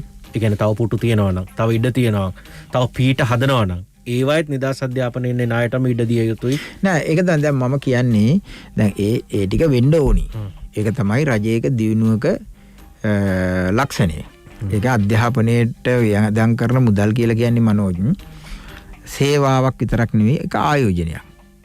ඒක තමයි හියුමන් කැපිටල් වලට කරන ඉන්වෙස්ට්මන්ට් එක. ඒක රටක ඔක්කොම ජනතාව උපාධිධාරීන් නම් කොච්චර හොඳයිද? එහෙම වෙන්න ඕනි. එතෙන්ට යන්න පුළුවන් ඉතාල වටිනවා. එතකොට ඒ සඳහා නියම තව ප්‍රශ්නයක් තියෙනවා. ඒ කියන්නේ මේ අපි හඳුන්වලා තියෙන විෂයන් ඇතුලේ විතරයි උපාධිධාරීන් වෙන්න ඕන. ඒ කියන්නේ ඔවුන්ගේ තියෙන මෘදු හැකියාවන් වලට ඉඩක් නැහැ. තියෙන පද්ධතිය ඇතුලේ ගිහිල්ලා මේ උපාධිධාරීන් බිහි වෙනවනේ එතනත් ආයේ සමතුලිතභාවයේ ප්‍රශ්නයක් තියෙනවා. පැහැදිලිවම. මම ඒක පැහැදිලි කරනවා. ඒක හොඳ ප්‍රශ්නයක් මනෝජ්. දැන් අපේ අධ්‍යාපන ක්‍රමයයි ආර්ථික ක්‍රමයයි ගත්තාම මැච් වෙන්නේ නැහනේ. මේ දෙක දෙපැත්තක ඉන්නේ. දැන් අපි ගත්තොත් අද වෙනකොට මේ කතා කරන අද වෙනකොට පුජ්‍යලිකාංශයේ රැකියා අඩු ගානේ රැකියා 1,50,000ක් 2 ලක්ෂක විතර රැකියා ප්‍රමාණයක් තියෙනවා. දැන් මේ ඊටත් වඩා වැඩි මේ කොවිඩ් තත්ත්වයෙන් නොසලකා හැරලා තියෙන පුරප්පාඩු සංඛ්‍යාව සැලකිල්ලට ගත්තොත්. එතකොට සාමාන්‍ය පෙළ සමත් රැකියා නොකරන උසස් පෙළ සමත් හා උසස් පෙළ අසමත් රැකියා නොකරන අය ගත්තොත් ඔක්කොම සාමාන්‍ය ලක්ෂ 3ක් 4ක් විතර එළිනෝ රැකියා හොයන. දැන් මේ රැකියා හොයන ලක්ෂ 3-4යි මේ තියෙන පුරප්පාඩු 1,50,000යි මැච් කරපුවාම ඔයා හිතනවද 100ට කීයක් විතර මැච් වෙනවද කියලා? 105ක් මැච් කරගන්න බෑ. ඒකට හේතුව තමයි අපේ අධ්‍යාපන ක්‍රමයේ තුලින් නිර්මාණය කරලා තියෙන මේ ශ්‍රමිකයා රැකියාව මේ ආර්ථික ක්‍රමයේ විසින් රැකියාව සඳහා ඉල්ලන ශ්‍රමිකයා නෙවෙයි බිහි වෙලා තියෙන්නේ. ඒකට මේ දෙක අතර ગેප් එකක් තියෙනවා. ඉතින් මේ තත්ත්වයට අධිකාරී ජනාධිපතිතුමා මේක වටහාගෙන අපි සෞභාග්‍ය දැක්වෙත් මේක ඉදිරිපත් කරලා තිබෙනවා. අපි දැන් ආයතන දෙකක් සංස්ථාපනය කරලා තියෙනවා. එකක් තමයි මේ අය හඳුනා ගන්න. මේ රැකියාව හොයන පිරිස ඒගොල්ලන්ට ඒ ලෙවල් පාස් මේ ඔක්කොම හඳුනාගෙන ලියාපදිංචි කරලා දැන් ප්‍රාදේශීය ලේකම් කොට්ටාස මට්ටමින් දැන් බොහෝ විට කරලා ඉවරයි දැන් ඒක. 90ක විතර වැඩි ඉවරයි. අනිත් පැත්තෙන් අර රැකියාව වෙළඳපොලේ තියෙන රැකියාව හඳුනාගෙන ඒගොල්ලන්ට පැවතිය යුතු හසුරු කෞශල්‍යතාවය මොකද්ද? වෘත්තීයමය හැකියාව මොකද්ද? මොකද්ද තියෙන්න ඕනි කියන එක හඳුනාගෙන මේ අයව අර අවශ්‍යතාවයට ගැළපෙන ආකාරයට පුහුණු කිරීමේ වැඩපිළිවෙලක් අපි දැන් සැලසුම් කරලා තියෙනවා රජයේ විදිහට. එතකොට ඒක මේ කොවිඩ් තත්ත්වය සමන වුණාට පස්සේ මේ අවුරුද්දේ අග විතරනකොට බොහෝ විට අපිට ආරම්භ කරන්න පුළුවන්. එතකොට මේ දෙක මැච් කරනවා.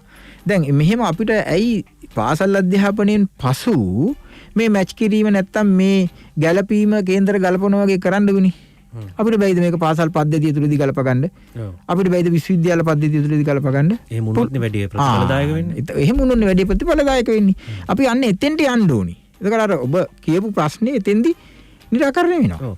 ඒ කියන්නේ තව දුරටත් දැන් ඔය ඔබතුමා නිදහස් අධ්‍යාපනයෙන් ඉගෙනගත්තු කෙනෙක් රටේ විශ්වවිද්‍යාලයකට ගිහිල්ලා මතනේ ඒ ලෙවල් ඔබතුමාගේ දිස්ත්‍රික්කයෙන් ඔබතුමා කියපු විදිහට පළවෙනි විදිහට තමයි විශ්වවිද්‍යාලයට ඉන්නේ. පළවෙනි විදිහට විශ්වවිද්‍යාලයට ඉන්නේ. ඔව් ඔබත් නිදහස් අධ්‍යාපනයෙන් උපාධියක් අරගෙන විවිධ ආයතනවල රාජ්‍ය ආයතනවල නිලතල දරලා දැන් පාර්ලිමේන්තු මන්ත්‍රීවරයෙක් වෙනකන් ඇවිල්ලා තියෙනවා. හැබැයි ඔබතුමාලා අගය කරන ඔබතුමාලා පෙනී ඉන්න කියන්නේ ඔබතුමාලාගේ තර්කයේ පැත්තෙන්ම මම ආවොතින් කණ්ඩායම එම නැත්නම් නිදහස් අධ්‍යාපනයෙන් බිහි කරන පිරිස වෙනුවෙන් පෙනී හිටියට ඔවුන්ට වෙළඳපොලේ තියෙන ඉල්ලුම ගැන පුරෝකථනයක් කරන්න සාකච්ඡාවක් කරන්න ඒව නිවැරදි කරන්න එහෙම ලොකු බලාපොරොත්තුවක් නැහැනේ. ඒ කියන්නේ විශ්වවිද්‍යාලයෙන් එළියට එන ගොඩක් අය අර මේ ඊයේ අන්ලිමිටඩ් කනපිට වැඩසටහනේ සාකච්ඡා වුණා ජොබ් සීකර්ස්ලා 97.8ක් ඉන්නේ ජොබ් සීකර්ස්ලා. ජොබ් මේකර්ස්ලා ඉන්නේ 2.8ක් විතර. ඒ වගේ ප්‍රමාණයක්. ඒක ගොඩක් ඔය රැකියා ඉල්ලන තැනටනේ ඔවුන් හුරු කරලා තියෙන්නේ. ව්‍යවසායකයන් මම ඒක තමයි ඉස්සෙල්ලා කියාගෙන ආවේ ඒක තමයි. ඒ ඔබ අපි නතර කරපු එකේ දෙවෙනි කොටස ඒක. මොකද අපිට දැන් අධ්‍යාපනය ශාස්ත්‍රයේ මම කිව්වේ ආයෝජනයන්නේ කරන්නේ. එතකොට ඒ ආයෝජනයේ තුල වෘත්තිකයන් හෝ රැකියා සොයන්නන් රැකියා අපේක්ෂකයන් කාගාව හරි වැඩ කරලා කීයක් හරි අරගෙන ජීවත් වෙන අයව නිර්මාණය කිරීමේ කියන ක්‍රමයෙන් එළියට ගිහිල්ලා මේ බොක්ස් එකෙන් එළියට ගිහිල්ලා ඔබ කියන වගේ රැකියා නිර්මාණය කරන්නන් බිහි කළ යුතු ක්‍රමවේදයක් සකස් විය යුතු රටට. ඔව්. ඒක අවිවාදිතයි.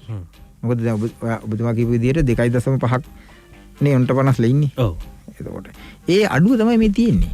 ඉතින් ඒක නිසා දැන් ඒ නිසා තමයි ඒ තත්ත්වය අපි හොඳටම වටහාගෙන තියෙන නිසා තමයි අධ්‍යාපන ප්‍රතිසංස්කරණ සඳහා දැන් කමිටුවක් පත් කළා රාජ්‍ය ඇමති කෙනෙක්ගේ නායකත්වයෙන් මේ වෙනකොට එතුමගේ සභාපතිත්වයෙන් ඒකට තොරතුරු අරගෙන යෝජනා අරගෙන කොහේ ඉඳලාද වෙනස් කරන්න ඕනේ මේ කියන தත්ත්වය දැන් ඔන්න සමතික්‍රමණය කරන්න.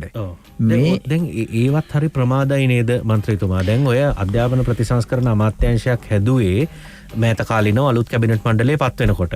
අලුත් පාර්ලිමේන්තුවේ මන්ත්‍රීවරු ඇමතිවරු රාජ්‍ය ඇමතිවරු විදිහට දිවුරුම් දෙනකොට. හැබැයි ඊට කලිනුත් අධ්‍යාපන ප්‍රතිසංස්කරණය පිළිබඳව ජනාධිපතිතුමාගේ වැඩපිළිවෙලක් තිබුණා. එතන හිටපු ප්‍රධානියානේ අධ්‍යාපන ප්‍රතිසංස්කරණ අමාත්‍යාංශයේ ලේකම්වරයා විදිහට මම නිවැරදි නම් පත් කරේ ආචාර්ය උපාලිසේදර මහත්මයා. ඉතින් ජාතික පාසල් 1300 ගාණක් හදන්න සහ තව වැඩපිළිවෙලක් එතුමලා අතේ තියාගෙන ඉන්නවා. හැබැයි වැඩපිළිවෙල අතේ තාම ඒව ක්‍රියාත්මක නොවෙන්නේ ඇයි? කොතනද ඒවා මේ ප්‍රායෝගිකත්වයට ගේන්න උදව් කරන්නේ නැත්තේ කවුද ඒවට? දැන් සමහර දේවල් වල තියෙන ගැටලුව තමයි දැන් සමහර සැලසුම් ක්‍රියාත්මක කරන්න පුළුවන් වුණාට මේ තියෙන තත්ත්වයක් එක්ක මේ ක්‍රම මේ පවතින මේ සෞඛ්‍ය වාතාවරණය තුලින් සීමා වෙච්ච විශාල ප්‍රමාණයක් තියෙනවනේ. සංනිවේදනය කර ගැනීම ඉවර කාට්ටියට හම්බ වෙන්න බෑ. තාම දැන් අද මේ කතා කරන මොහොත වෙනකොටත් පළාත් අතර සංචාරණය කරන්න බෑ. එතකොට ඕන යනවා. නෑ එහෙම එකක් තියෙනවා ඉතින්. නමුත් ඒ කියන හැබැයි මේ කියන ඔය කියන මේ තියෙන සීමා ඇතුලේ ඔය වැඩපිළිවෙල යන්නේ නැති නෑ. යමින් තියෙනවා. දැන් ජාතික පාසල් දැන් ඇත්තටම ළමයි දැන් දෙමව්පියන්ට තියෙන අභිමානයනේ තමන්ගේ දුව පුතා නැත්තම් දරුවා හොඳ පාසලකට යවා ගන්න එක. ජාතික පාසලකට පහේ ශිෂ්‍යත්වයෙන්. ඒ නිසා තමයි දැන් ජාතික පාසල් 352යි නිතිවුනි ලංකාවේ. 1000ක් දක්වා වැඩි කළා. ඒ 1000ක් දක්වා වැඩි කිරීමේ ඔබ ඔය කියන ප්‍රතිසංස්කරණ වල එක කොටසක් තමයි මේ පාසල් 1000ක් දක්වා වැඩි කිරීම. ජාතික පාසල්. එතකොට ඒ තුල ඒ පාසල් වල ගුණත්වය වර්ධනය වෙලා ඔය කියන වෘත්තීය තෘතීය පාඨමාලා නිර්මාණය වෙලා අර 1948 දී CWW කන්නංගර මහත්මයා ඉදිරිපත් කරපු නිදහස් අධ්‍යාපන යෝජනාවේ මනෝජ් යෝජනා 3ක් තියෙනවා. එකක් තමයි දැන් ඔය කන්නංගර මහත්තයාගේ අධ්‍යාපන ප්‍රතිසංස්කරණ කියලා එතුමා නිදහස් අධ්‍යාපනයේ පියා කියලා හඳුන්වන්නේ එවකට පත් කළා ඩෝනමෝර් ප්‍රතිසංස්කරණ ඒ කියන්නේ ඩෝනමෝර් පාලන ක්‍රමයේ විසින් අධ්‍යාපන ප්‍රතිසංස්කරණ ලංකාවට යෝජනා කරන්න කියලා කමිටුවක්. ඒ කමිටුවේ සභාපති තමයි කන්නංගර මහත්මයා. ඒ කමිටුව රැස්වීම වාර 90ක් තියලා තියෙනවා. ඒකේ 88 වෙනි රැස්වීමේදී තමයි යෝජනා වෙන්නේ අපි යෝජනා කරමු මේ ස්වභාෂා අධ්‍යාපනයේ නිකන් දෙනවා වගේ. එතකොට ලංකාවේ තිබුණ අධ්‍යාපන ක්‍රම දෙකක්.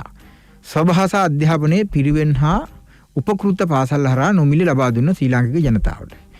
ඉංග්‍රීසි අධ්‍යාපනය ඉංග්‍රීසි මාධ්‍යෙන් දීපු අධ්‍යාපනයේ මුදල් ගෙවලා තමයි ඕනියයි ලබා ගත්තේ. එතකොට ඒකත් ස්වභාෂා අධ්‍යාපනය වගේ නිකන් දෙන්න යෝජනා කරමු කියලා. ඒ අනුව තමයි නිදහස් අධ්‍යාපන යෝජනාව නිර්මාණය වෙන්නේ. ඒකේ තිබුණා යෝජනා 3ක්. 9 වසරේදී මේ අධ්‍යාපනයක කොටස් 3කට වෙන් කරනවා.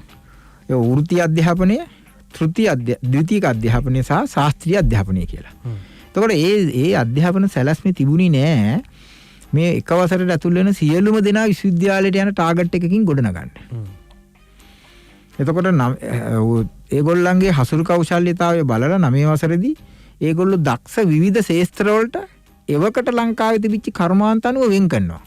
මැටි කර්මාන්තය වෙන්න පුළුවන්, පතල් කර්මාන්තය වෙන්න පුළුවන්, කාර්මික කර්මය වෙන්න පුළුවන්, මොනවා හරි. එතකොට ඒ අය ඒ ශේස්ත්‍රයට යොමු කරපුවාම ඒ අය ඒ ශේස්ත්‍රයේ ප්‍රවීණයෙන් බවට පත් වෙලා දැන් ඔය ඊයේ පෙරේද අපි හඳුන්වලා දුන්නේ එන්නේ කිව්වාගේ. එතුමා හොඳ උදාහරණයක් දෙනවා ඒකට. එතුමා කියනවා දැන් බලන්න ගඟක් තමන්ගේ විශාල ජල ධාරිතාවය අරන් ගිහිල්ලා එකපාරට දාන්නේ නැහැ මුහුදට. ඩෙල්ටා කීපකින් දාන්නේ. හැබැයි ඔක්කොම මුහුදට වැටුනහම එක හා සමානයි. ඒ කියන්නේ අධ්‍යාපන ක්‍රමයට එකතු වෙන මේ ළමයි ඉංජිනේරුවෝ වෙනවා, වෛද්‍යවරු වෙනවා, ගණකාධිකාරු වෙනවා, එහෙම නැත්නම් පෙදරේරුවෝ වෙනවා, එහෙම නැත්නම් වෙන කාර්මික ශිල්පීන් වෙනවා, ඉලෙක්ට්‍රීසියන් වෙනවා. හැබැයි මේගොල්ලෝ ඔක්කොම වෘත්තීය මට්ටමින් එක සමාන මට්ටමකට එකට ප්‍රතිලාභ ලැබෙන මට්ටමකට පත් කරන්න ඕනේ කියන එක තමයි මේ යෝජනාවේ තිබුණේ. ඉතින් අපේ අභාග්‍යයට ඇත්තටම ලෝකේ දියුණු රටවල් වල දැන් තියෙන ඒක ක්‍රමේ. එතකොට ඒක අපේ යෝජනාවේ 1948. එතකොට ඒකෙන් පේනවා අපිට එතුමලාට තිබිච්ච චින්තනයේ ගැඹුර කොච්චරද කියලා. අපේ අවාසනාවට මට තප්පරයක් දෙන්න මේකෙන් දෙක අතැල්ල එකයි ක්‍රියාත්මක වුණේ. එතකොට ඒකේ ප්‍රතිඵලයක් විදියට දැන් වර්තමානයේ වගේ තමයි එතුමාගේ දෙවෙනි අධීර ක්‍රියාත්මක කරන්න බැරි වුණා. එතුමා පරාජය වෙලා පාර්ලිමේන්තුවේ යන්න වුණා. සහ එතුමාට අදාළ විෂය හම්බුනේත් නැහැ. ඒක තමයි උනේ. ඒ කියන්නේ එදා ඉඳලා තත්ත්වය ඒකයි. ඒක තමයි තත්ත්වය. ඒ කියන්නේ දශක ගාණක් තිස්සේ මේක රිවර්ස් එකටම තමයි දුවන්නේ. එකම විදියට තමයි වෙලා තියෙන්නේ. හොඳයි, අපි තවදුරටත් කතා කරමු. අපි කෙටි විරාමයක් ලබා ගන්න සූදානම්. ගාමිණී වලේබොඩ පාර්ලිමේන්තු මන්ත්‍රීතුමත් එක්ක අපි අන්ලිමිටඩ් සංවාදයේ දීලා ඉන්නේ. Net FM Unlimited. හොඳයි, නැවතත් අපි Net FM Unlimited සමග ආණ්ඩුව නියෝජනය කරන රත්නපුර දිස්ත්‍රික්කයේ ගාමිණී වලේබොඩ මන්ත්‍රීතුමත් එක්ක අපි අන්ලිමිටඩ් සංවාදයේ දීලා හිටියේ.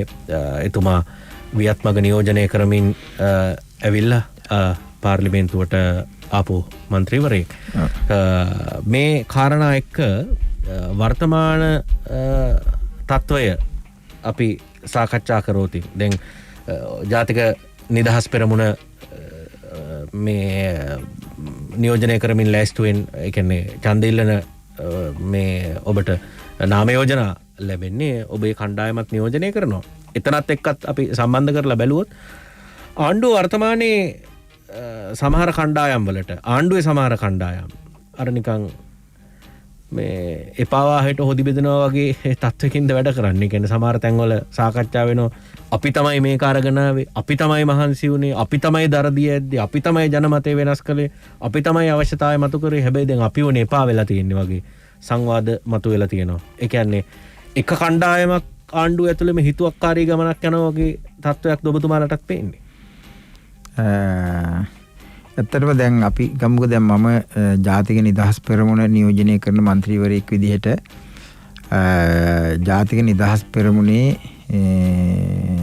නායකතුමා විමල් වීරවංශ ඇමතිතුමා ඇතුළු අපි മന്ത്രിවරු 6 දෙනෙක් ඉන්නවා. එතකොට අපේ മന്ത്രിවරු 6 දෙනා තුල අපේ සාකච්ඡාවලදී හෝ කිසිම අවස්ථාවකදී ඔය කියන ආකාරයේ කටයුතු කිරීමක් පිළිබඳව හෝ එහෙම අපි කටයුතු කරන්න ඕනි කියලා හෝ හැඟීමක් දනවන අපේ තොරතුරු sannivedanayak එහෙම නැහැ. ඒ කියන්නේ අපි පූර්ණ වශයෙන්ම මේ රජයේ පූර්ණ කොටස්කරුවෝ විදිහට අපිට හිමි භූමිකාව අපි නිවැරදි ආකාරයකින් ඉටු කරමින් තමයි ඉන්නේ. මම විශ්වාස කරනවා අනෙකුත් සියලුම පක්ෂත් ඒ විදිහට තමයි කටයුතු කරමින් ඉන්නේ. ඒක ශ්‍රී ලංකා නිදහස් පක්ෂය වෙන්න පුළුවන්, පියුතුරු එළවලුම වෙන්න පුළුවන්, උදේගම්මන් පිළිබඳතුමාගේ ඊළඟට වාසුදේව ඇමතිතුමාගේ සම සමාජ පක්ෂය වෙන්න පුළුවන්, කොමියුනිස්ට් පක්ෂ සමාජිකයෝ ඉන්නවා, ඒ වගේම යුතුයකම සංවාද කවෙන් පත් වෙච්ච අපේ ගෙවිදු වගේ කට්ටිය ඉන්නවා, ජාතික සංවිධාන නියෝජනය කරමින් කවුරුත් ඉන්නේ මේ අපේ ආණ්ඩුව මේක අපි කරගෙන යන්න ඕනි, අපි හදපු වැඩපිළිවෙල තියෙන කියන තැන. හැබැයි එතනින් පිටස්තරව ඇතැම් අවස්ථාවලදී ඇතැම් අයට දැන් උදාහරණයක් විදිහට ගත්තාම අපි දකපු දේ තමයි උදේගම්මන්පිල අමාත්‍යතුමා ඛනිජ තෙල් අමාත්‍ය විදිහට කැබිනට් මණ්ඩලය හා ජීවන වියදම් කමිටුව විසින් කරු අග්‍රාමාත්‍යතුමාගේ නායකත්වය යටතේ ජනාධිපතිතුමාගේ මූලාසනය යටතේ ගත්තු තීරණයක් ප්‍රකාශයට පත් කරලා තෙල් මිල ඉහළ දැමීමට තීරණයක් අරගෙන ක්‍රියාත්මක කළා. නමුත් ඇත්තටම එතුමාට මේක දැන් එතුමා විසින් විතරක් කරපු කාරණාවක් විදිහට සලකලා කටයුතු කරන ආකාරයක් නිරූපණය වුණා පහුගිය කාලේ. ඉතින් අපිටත් ඇත්තට මේක ප්‍රශ්නයක් වුණා. ඇත්තටම මොකද්ද මේ වෙන්නේ කියලා අපිට හිතා ගන්න බෑ. ඉතින් ඒ ප්‍රශ්නේ ඔබතුමාලා निराකරණය කරගත්තේ නැද්ද? ඒක ඇත්තටම ඔබතෝ කෝටිකයක් නේ සමහර වෙලාවට. නෑ ඇත්තටම දැන් ඒක මම හිතන්නේ දැන් එතුමාට විරුද්ධව ඉදිරිපත් කරලා තියෙන විශ්වාසභංග යෝජනාවක්. එතකොට දැන් ඒ විශ්වාසභංග යෝජනාව සාකච්ඡාවට ගන්නවා විවාද කරනවා 19 වෙනිදා. 20 වෙනිදා ඡන්දේ පවත්වනවා. එතකොට අපිට බලා ගන්න පුළුවන් මේ ඇත්තටම මේ මොකද්ද කියලා වෙලා. මොකද මට මම අවංකවම කියනවනම් මට ඒ පිළිබඳව පූර්ණ නෙමෙයි කොහෙත්ම අවබෝධයක් නැහැ මොකද්ද මේ වෙන්නේ කියලා වෙලා. මොකද අපි ඒක ගැන එච්චර ලොකුවට අවධානය යොමු කරලා නැහැ. පුජ්‍යලිකව අපිට එහෙම සලකන ගතියක් පේන්නේ නැහැ. හරි. එතකොට මම හිතනවා පුද්ගලිකව එහෙම සමහර කණ්ඩායම් වලට දැන්ලා දැන් ශ්‍රී ලංකා නිදහස් පක්ෂය වගේ ප්‍රසිද්ධිය කතා කරන පුද්ගලිකව Tamanට ඒක දැනෙනවා. නෑ එතන එතුමලා කතා කරන කාරණාව මෙහෙමයි. එතුමා කියන්නේ දැන් අපේ දෑසිරි ජයසේකර ගරු රාජ්‍ය ඇමතිතුමා ඒ වගේම ශ්‍රී ලංකා නිදහස් පක්ෂේ මහලේකම්තුමා ප්‍රකාශ කළ තුට ඒක නිශ්චිතව එතුමා කියලා තිබුණා. මොකද මැතිවරණයට යන්න කලින් මනෝජ් දැන් ශ්‍රී ලංකා පොදු ජන පෙරමුණ සහ අනෙකුත් පක්ෂ අතර එකඟතා සම්මුති ටිකක් ආවනේ.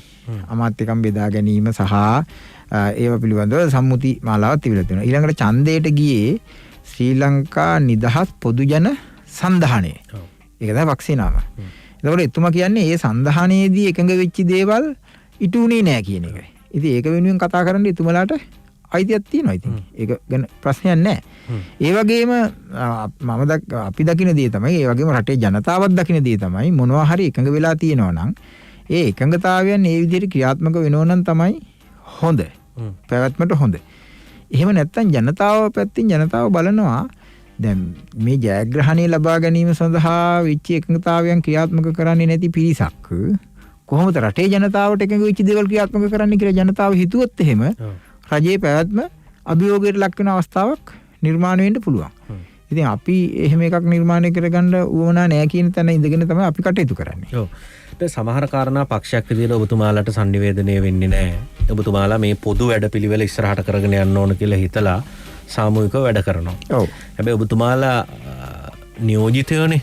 ඔබතුමාලා පත් කරපු කණ්ඩායමක් ඉන්නවා. 3-2කට ආසන්න മന്ത്രി කණ්ඩායමක් ආණ්ඩුව නියෝජනය කරා කියලා කියන්නේ ගමට ගියාට පස්සේ බහුතරයක් ඔබතුමාලත් එක්ක එකඟ වෙන්න ඕනේ. ඔබතුමාලට දැනෙනවද එදා වගේ ප්‍රතිචාරයක් ඔබේ පාක්ෂිකයන්ගෙන් ඔබට තියෙනවා කියලා ජනතාවගෙන් තියෙනවා කියලා මේ වැඩපිළිවෙළවල් පිළිබඳව ප්‍රසාදයක් තියෙනවා කියලා? මනෝජ් මෙහෙම ඒකෙදි ඇත්තටම දැන් මේ ඇතම් දේවල් පිළිබඳව දැන් අපි ගමුකෝ මනෝජ් ඉස්සෙල්ලා කතා කළේ අපේ ආරසක කොතලාවල ආරසක පීඨය පිළිබඳව ආපු පනත පිළිබඳව අපි එකඟ නෑනේ. ඔව්. ඒ වගේම පාර්ලිමේන්තුවේ ඉන්න മന്ത്രിවරු මං හිතන්නේ 60-70 මේකට එකඟ නැති අය. ඒ සියලු දෙනා එදා අගමැතිතුමත් එක්ක සාකච්ඡා කළා. ඉතින් ඒක මේ සමාජයේ අද තියෙන මතවාදයේ හරස් කඩක්. ඒක ඒ විදිහටම බිමත් තියෙනවා. ඔව්. එතකොට ඒ කියන්නේ රජයේ විසින් ඉටු කරනු ලබන සෑම ක්‍රියාවක්ම අනුමත කරන මහජන ක්‍රියාකාරීත්වයක් බිම නැහැ. ඒක ඇත්ත. ඒක අපිත් වඩහගෙන ඉන්නේ.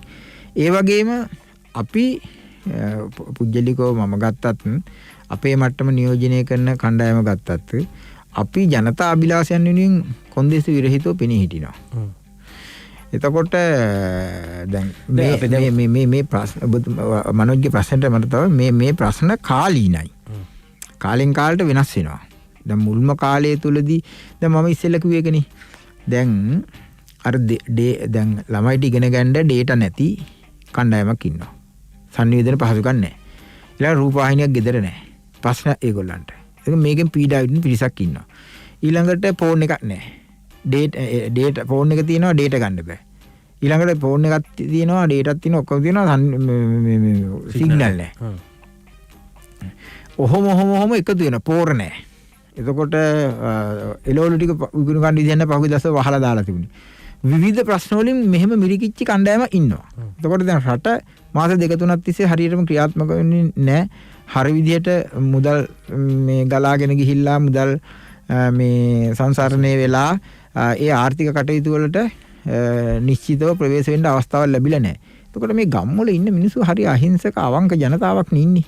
එතකොට මේ අයට ඔය ගෙවුන් සේසය විදේශ විනිමය අරමුද උද්දමන මේ රටේ තියෙන විනිමය ඕවා වැඩක් නැහැ මේ සාමාන්‍ය මිනිස්සුන්ට. ඒ මිනිස්සුන්ට ඕනි සාමාන්‍යයෙන් ඒගොල්ලෝ ගෙවන ජීවිතය ගෙවාගෙන කටයුතු කරගෙන යන්න. එතකොට රජයක් විසින් ඒ ටික කරයි කියලා ඒ මිනිස්සු බලාපොරොත්තු වෙනවා.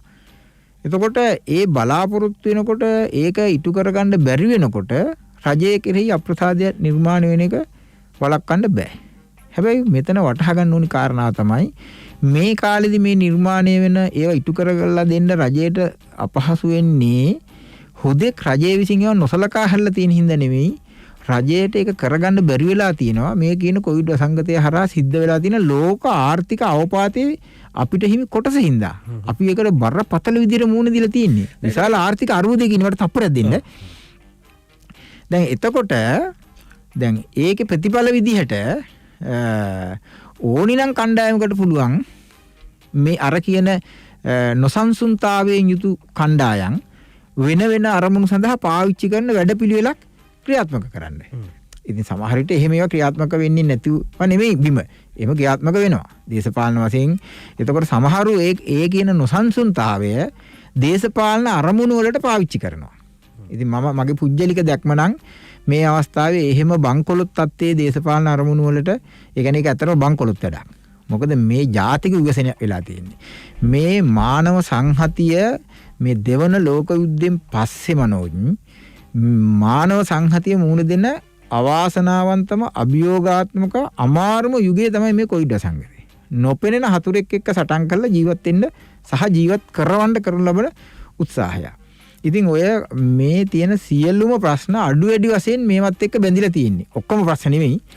බොහෝ ප්‍රශ්න. ඉතින් ඒක නිසා ජනතාවගේ පැත්තෙන් ජනතාවට මේ නිවැරදි දැනුම දීලා කියලා විස්තර කරපුවාම ජනතාවේ කැපකිරීම කරන්න සූදානම්. හැබැයි ඊට කලින් අපි ඒ කැපකිරීම කරලා පෙන්වන්න ඕනේ. ඔව්. දැන් උදාහරණයක් දැන් ඔය පෞගිය දවසේ දැන් කොතලාවල ආරක්ෂක විශ්වවිද්‍යාලය සම්බන්ධයෙන් අරන් ආපු පනතට මේ මොහොතේ තියෙන පනතට ඔබතුමාලා එකඟ නැහැ. නේ? එතකොට එහෙම අර්බුද තියෙන තැන් තියෙනවා. ඔව් සංශෝධන ගණනාව අපි ඉදිරිපත් කරනවා කාර්ක සභාව අවස්ථාවේදී. ඔව්. එතකොට ඕකම කියනවා පාරට ඇවිල්ලා වෘත්තීය සමිති වෙන්න පුළුවන් වෙනත් කණ්ඩායම් වෙන්න පුළුවන් ඔවුන්ට මොන ලේබල් ඇලෙව්වත් මොන කණ්ඩායම් කියලා හිටියත් එතකොට එතන ප්‍රශ්නයක් තියෙන හින්දා මේ කණ්ඩායම් පාරට බහින්නේ. එතකොට මේ කණ්ඩායම් වලට ප්‍රතිචාර දක්වන විදිය ගැන ගැටලුවක් තියෙනවා. ඔව්. එතකොට දැන් අද මේ වෙලාවේ වෘත්තීය ක්‍රියාමාර්ග වලට යන්න එපා කියලා සෞඛ්‍ය අමාත්‍යවරියත් ඉල්ලීමක් කරනවා. ඒතර ඉල්ලීම කරන්න කලින් ඔය ඔබතුමාලටත් වැටහෙන පනත සම්බන්ධයෙන් තීරණයක් එනම් පස්සට දාන්න එපා. ඒ කියන්නේ ඒක අවස්ථාවෙන් ප්‍රයෝජන අරගෙන තමන් එකක් කරනවා ඊට විරුද්ධ වෙන කණ්ඩායමට වෙන විදියකට සලකනවා. එහෙම වැඩක්ද වෙන්නේ? ඇත්තටම එතන මටත් ඇත්තටම නිරවුල් කරගන්න බැරි කාරණාව ඒක තමයි. අපි හිතමුකෝ දැන් ඔව්. ඒ කියන්නේ දැන් අපි මේකට විරුද්ධ වෙනවා එහෙම නැත්නම් මේ නිවැරදියට මේක සංශෝධනය කරනවා කියලා කිව්වට ඔය වෘත්තීය හඬ නගන අය සහ ඔය කියන ක්‍රියාකාරිකයින්ට ඒක පිළිගන්න තරම් හේතුවක් නැති වෙන්න පුළුවන්. මොකද අපි දේශපාලනඥයෝනේ. මොකද අපේ රටේ දේශපාලනඥයෝ කෙරෙහි තියෙන විශ්වාසය සෑහෙන ප්‍රමාණයකට අතීත භාවිතාව තුළින් පළුදු වෙලා තියෙන්නේ මනෝජ්. අපි මේක පිළිගන්න එපා. එතකොට ඒක නිසා මේ වැඩේ කෙරෙනකන් ස්ථිර භාවයක් නැති නිසා තමන්ගේ හිමිකම තමන්ගේ දරුවන්ගේ හිමිකම ආරක්ෂා කර ගැනීම සඳහා ඒ අය පාරට බහැලා උද්ඝෝෂණ කරලා ඒ අයට මේ තියෙන වාතාවරණය තුළදී යම්කිසි කටයුත්තක් කරනවා නම් ඒ අය ඒක අපිට අභියෝගයට ලක් කරන්න බෑ. මමත් පිළිගන්නවා රජයක් විදිහට ඒ අය එතෙන්ට පත් වෙලාට පස්සේ ඒගොල්ලන්ට දඩුවම් කරලා මේවා කරන එක නෙමෙයි සිදුවිය වෙන්න ඕනි දේ. එහෙම දෙයක් නොවන බවට අපි ක්‍රියා කරන එක. එහෙම දෙයක් නොවන බවට සහතික වෙලා ඒ සහතිකේ ඒගොල්ලෝ දැනුවත් කරලා ඒ දැනුවත් කිරීම තුළින් ඔය කියන සිද්ධ වෙන විවසනේ අඩු කරගන්න පුළුවන්.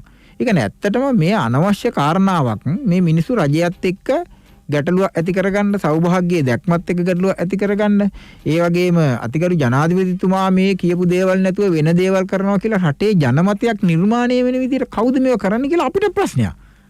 අත් වශයෙන්ම කියනවා නම් මොකද අපි ජනාධිපතිතුමත් එතුමගේ එතුමා ඉදිරිපත් කරු වැඩපිළිවෙලක් දිනවීම වෙනුවෙන් තමයි අපිත් ක්‍රියා කරන්නේ. එතකොට ඒ වැඩපිළිවෙලේ නැති දේවල් එනකොට ජනතාවත් දන්නවනේ එහෙම නෑ කියලා. එතුමා කියලා තියෙනවනේ. ඒ කවුද දැන් ඔය ඒ කියන්නේ එක්කෝ කකුලෙන් අදින්න ඕන ඔබතුමාලාගේම කණ්ඩායමේ ඉන්න අය නැත්නම් අපිට ඒක කිව්වට ඒ කියන්නේ පාලනය කරන්න බැරි විදේශ බලවේග වගේ දේවල්ද තියෙන්නේ. නෑ මේ පනත සම්බන්ධයෙන් ගත්තාම නම් මේ පනත කොහෙන්ද ඉදිරිපත් වුණේ කියන්න මට එච්චර ඉදිරිපත් කළේ කවුද කියන්න අවබෝධයක් නැහැ. නමුත් මේ 2018 UMP ආණ්ඩුවෙන් සමග මේ මොකද්ද මේ යහපාලන ආණ්ඩුවෙන් ඉදිරිපත් කරපු පනත තමයි කිසිම සංශෝධනයකින් තොරව නැවත ඇවිල්ලා තියෙන්නේ. ඉතින් ඒක නිසා ඒ කියන්නේ මූණු මාරුණාට එකම ක්‍රියාවලිය යටින් යනවා වගේ සිද්ධියක්ද තියෙන්නේ. කියලා කවුරු හරි කියනවනම් මට ප්‍රතික්ෂේප කරන්න අමාරුයි. ඒ කියන්නේ අර ඔබතුමාලා එළියෙන් ඉඳලා දැකපු දේ ඇතුළට ආවට පස්සේ මේ කේන්ද්‍රයට ආවට පස්සේ මධ්‍යයට ආවට පස්සේ ඇතුළේ ඉඳලා දැකපු දේවල් කරන්න බෑ වගේ හැඟීමක්ද දැන් තියෙන්නේ. ඒ කියන්නේ මේ රට ගොඩනගනවා නම් මෙතනට තමයි යන්න ඕන. මෙහෙම තමයි වැඩ කරන්න ඕන. එහෙම සංවාද ඔබතුමාලා ඇති කරගත්තනේ ව්‍යාත්මක විදියට. එහෙන් බලාපොරොත්තු තිබුණානේ බලාපොරොත්තු ප්‍රසිද්ධියේ සඳහන් කරානේ. හැබැයි දැන් මේ කේන්ද්‍රයේ ඔබතුමාලා ඉන්නේ.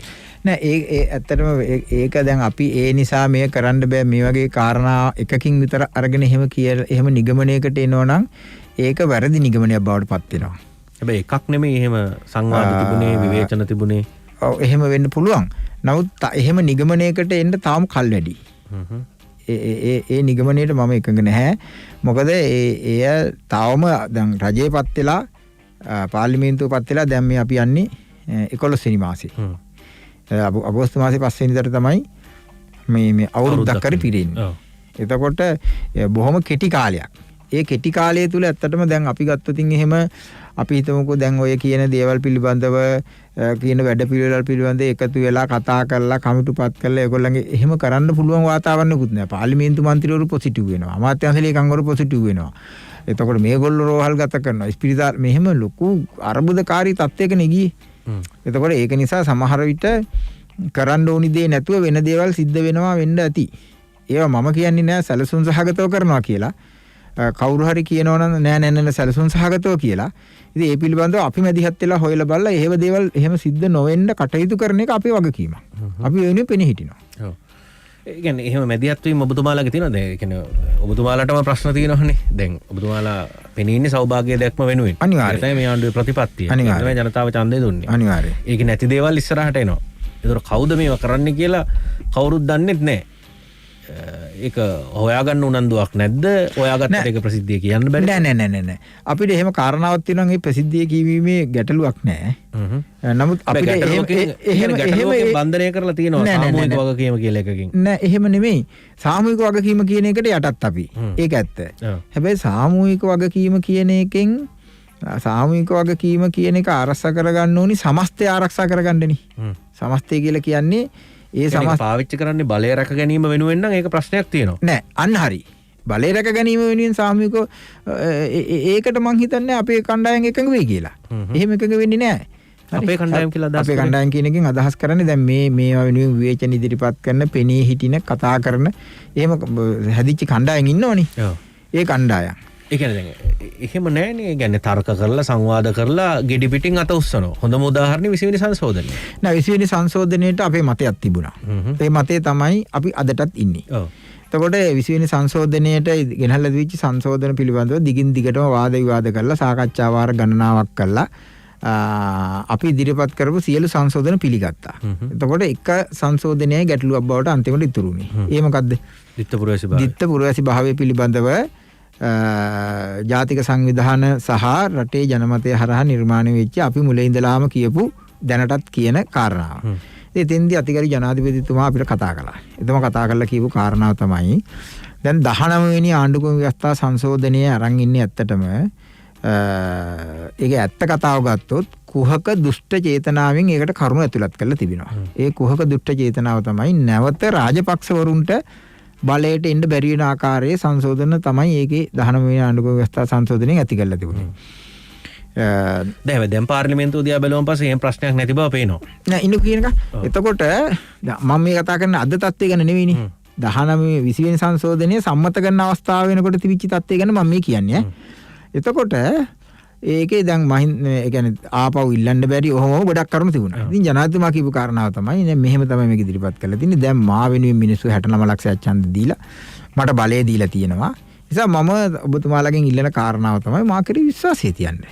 අපි අවුරුද්දක් එකහමාරක් ඇතුළතදී නව ආණ්ඩුක්‍රම ව්‍යවස්ථාවක් ගේනවා. ඒ කියලා දැන් කොච්චර කල්ද? ඒ ඉන්නකෝ ඒ නව ආණ්ඩුක්‍රම ව්‍යවස්ථා සංශෝධනයේ තුලදී අපි මේක අනිවාර්යයෙන්ම ඉවත් කරනවා. ඉවත් කර බැසිල් රාජපක්ෂ මැතිතුමා එහෙමනම් අපේ රටේ කෙටි කාලීන මුදල් ඇමතිවරයෙක්.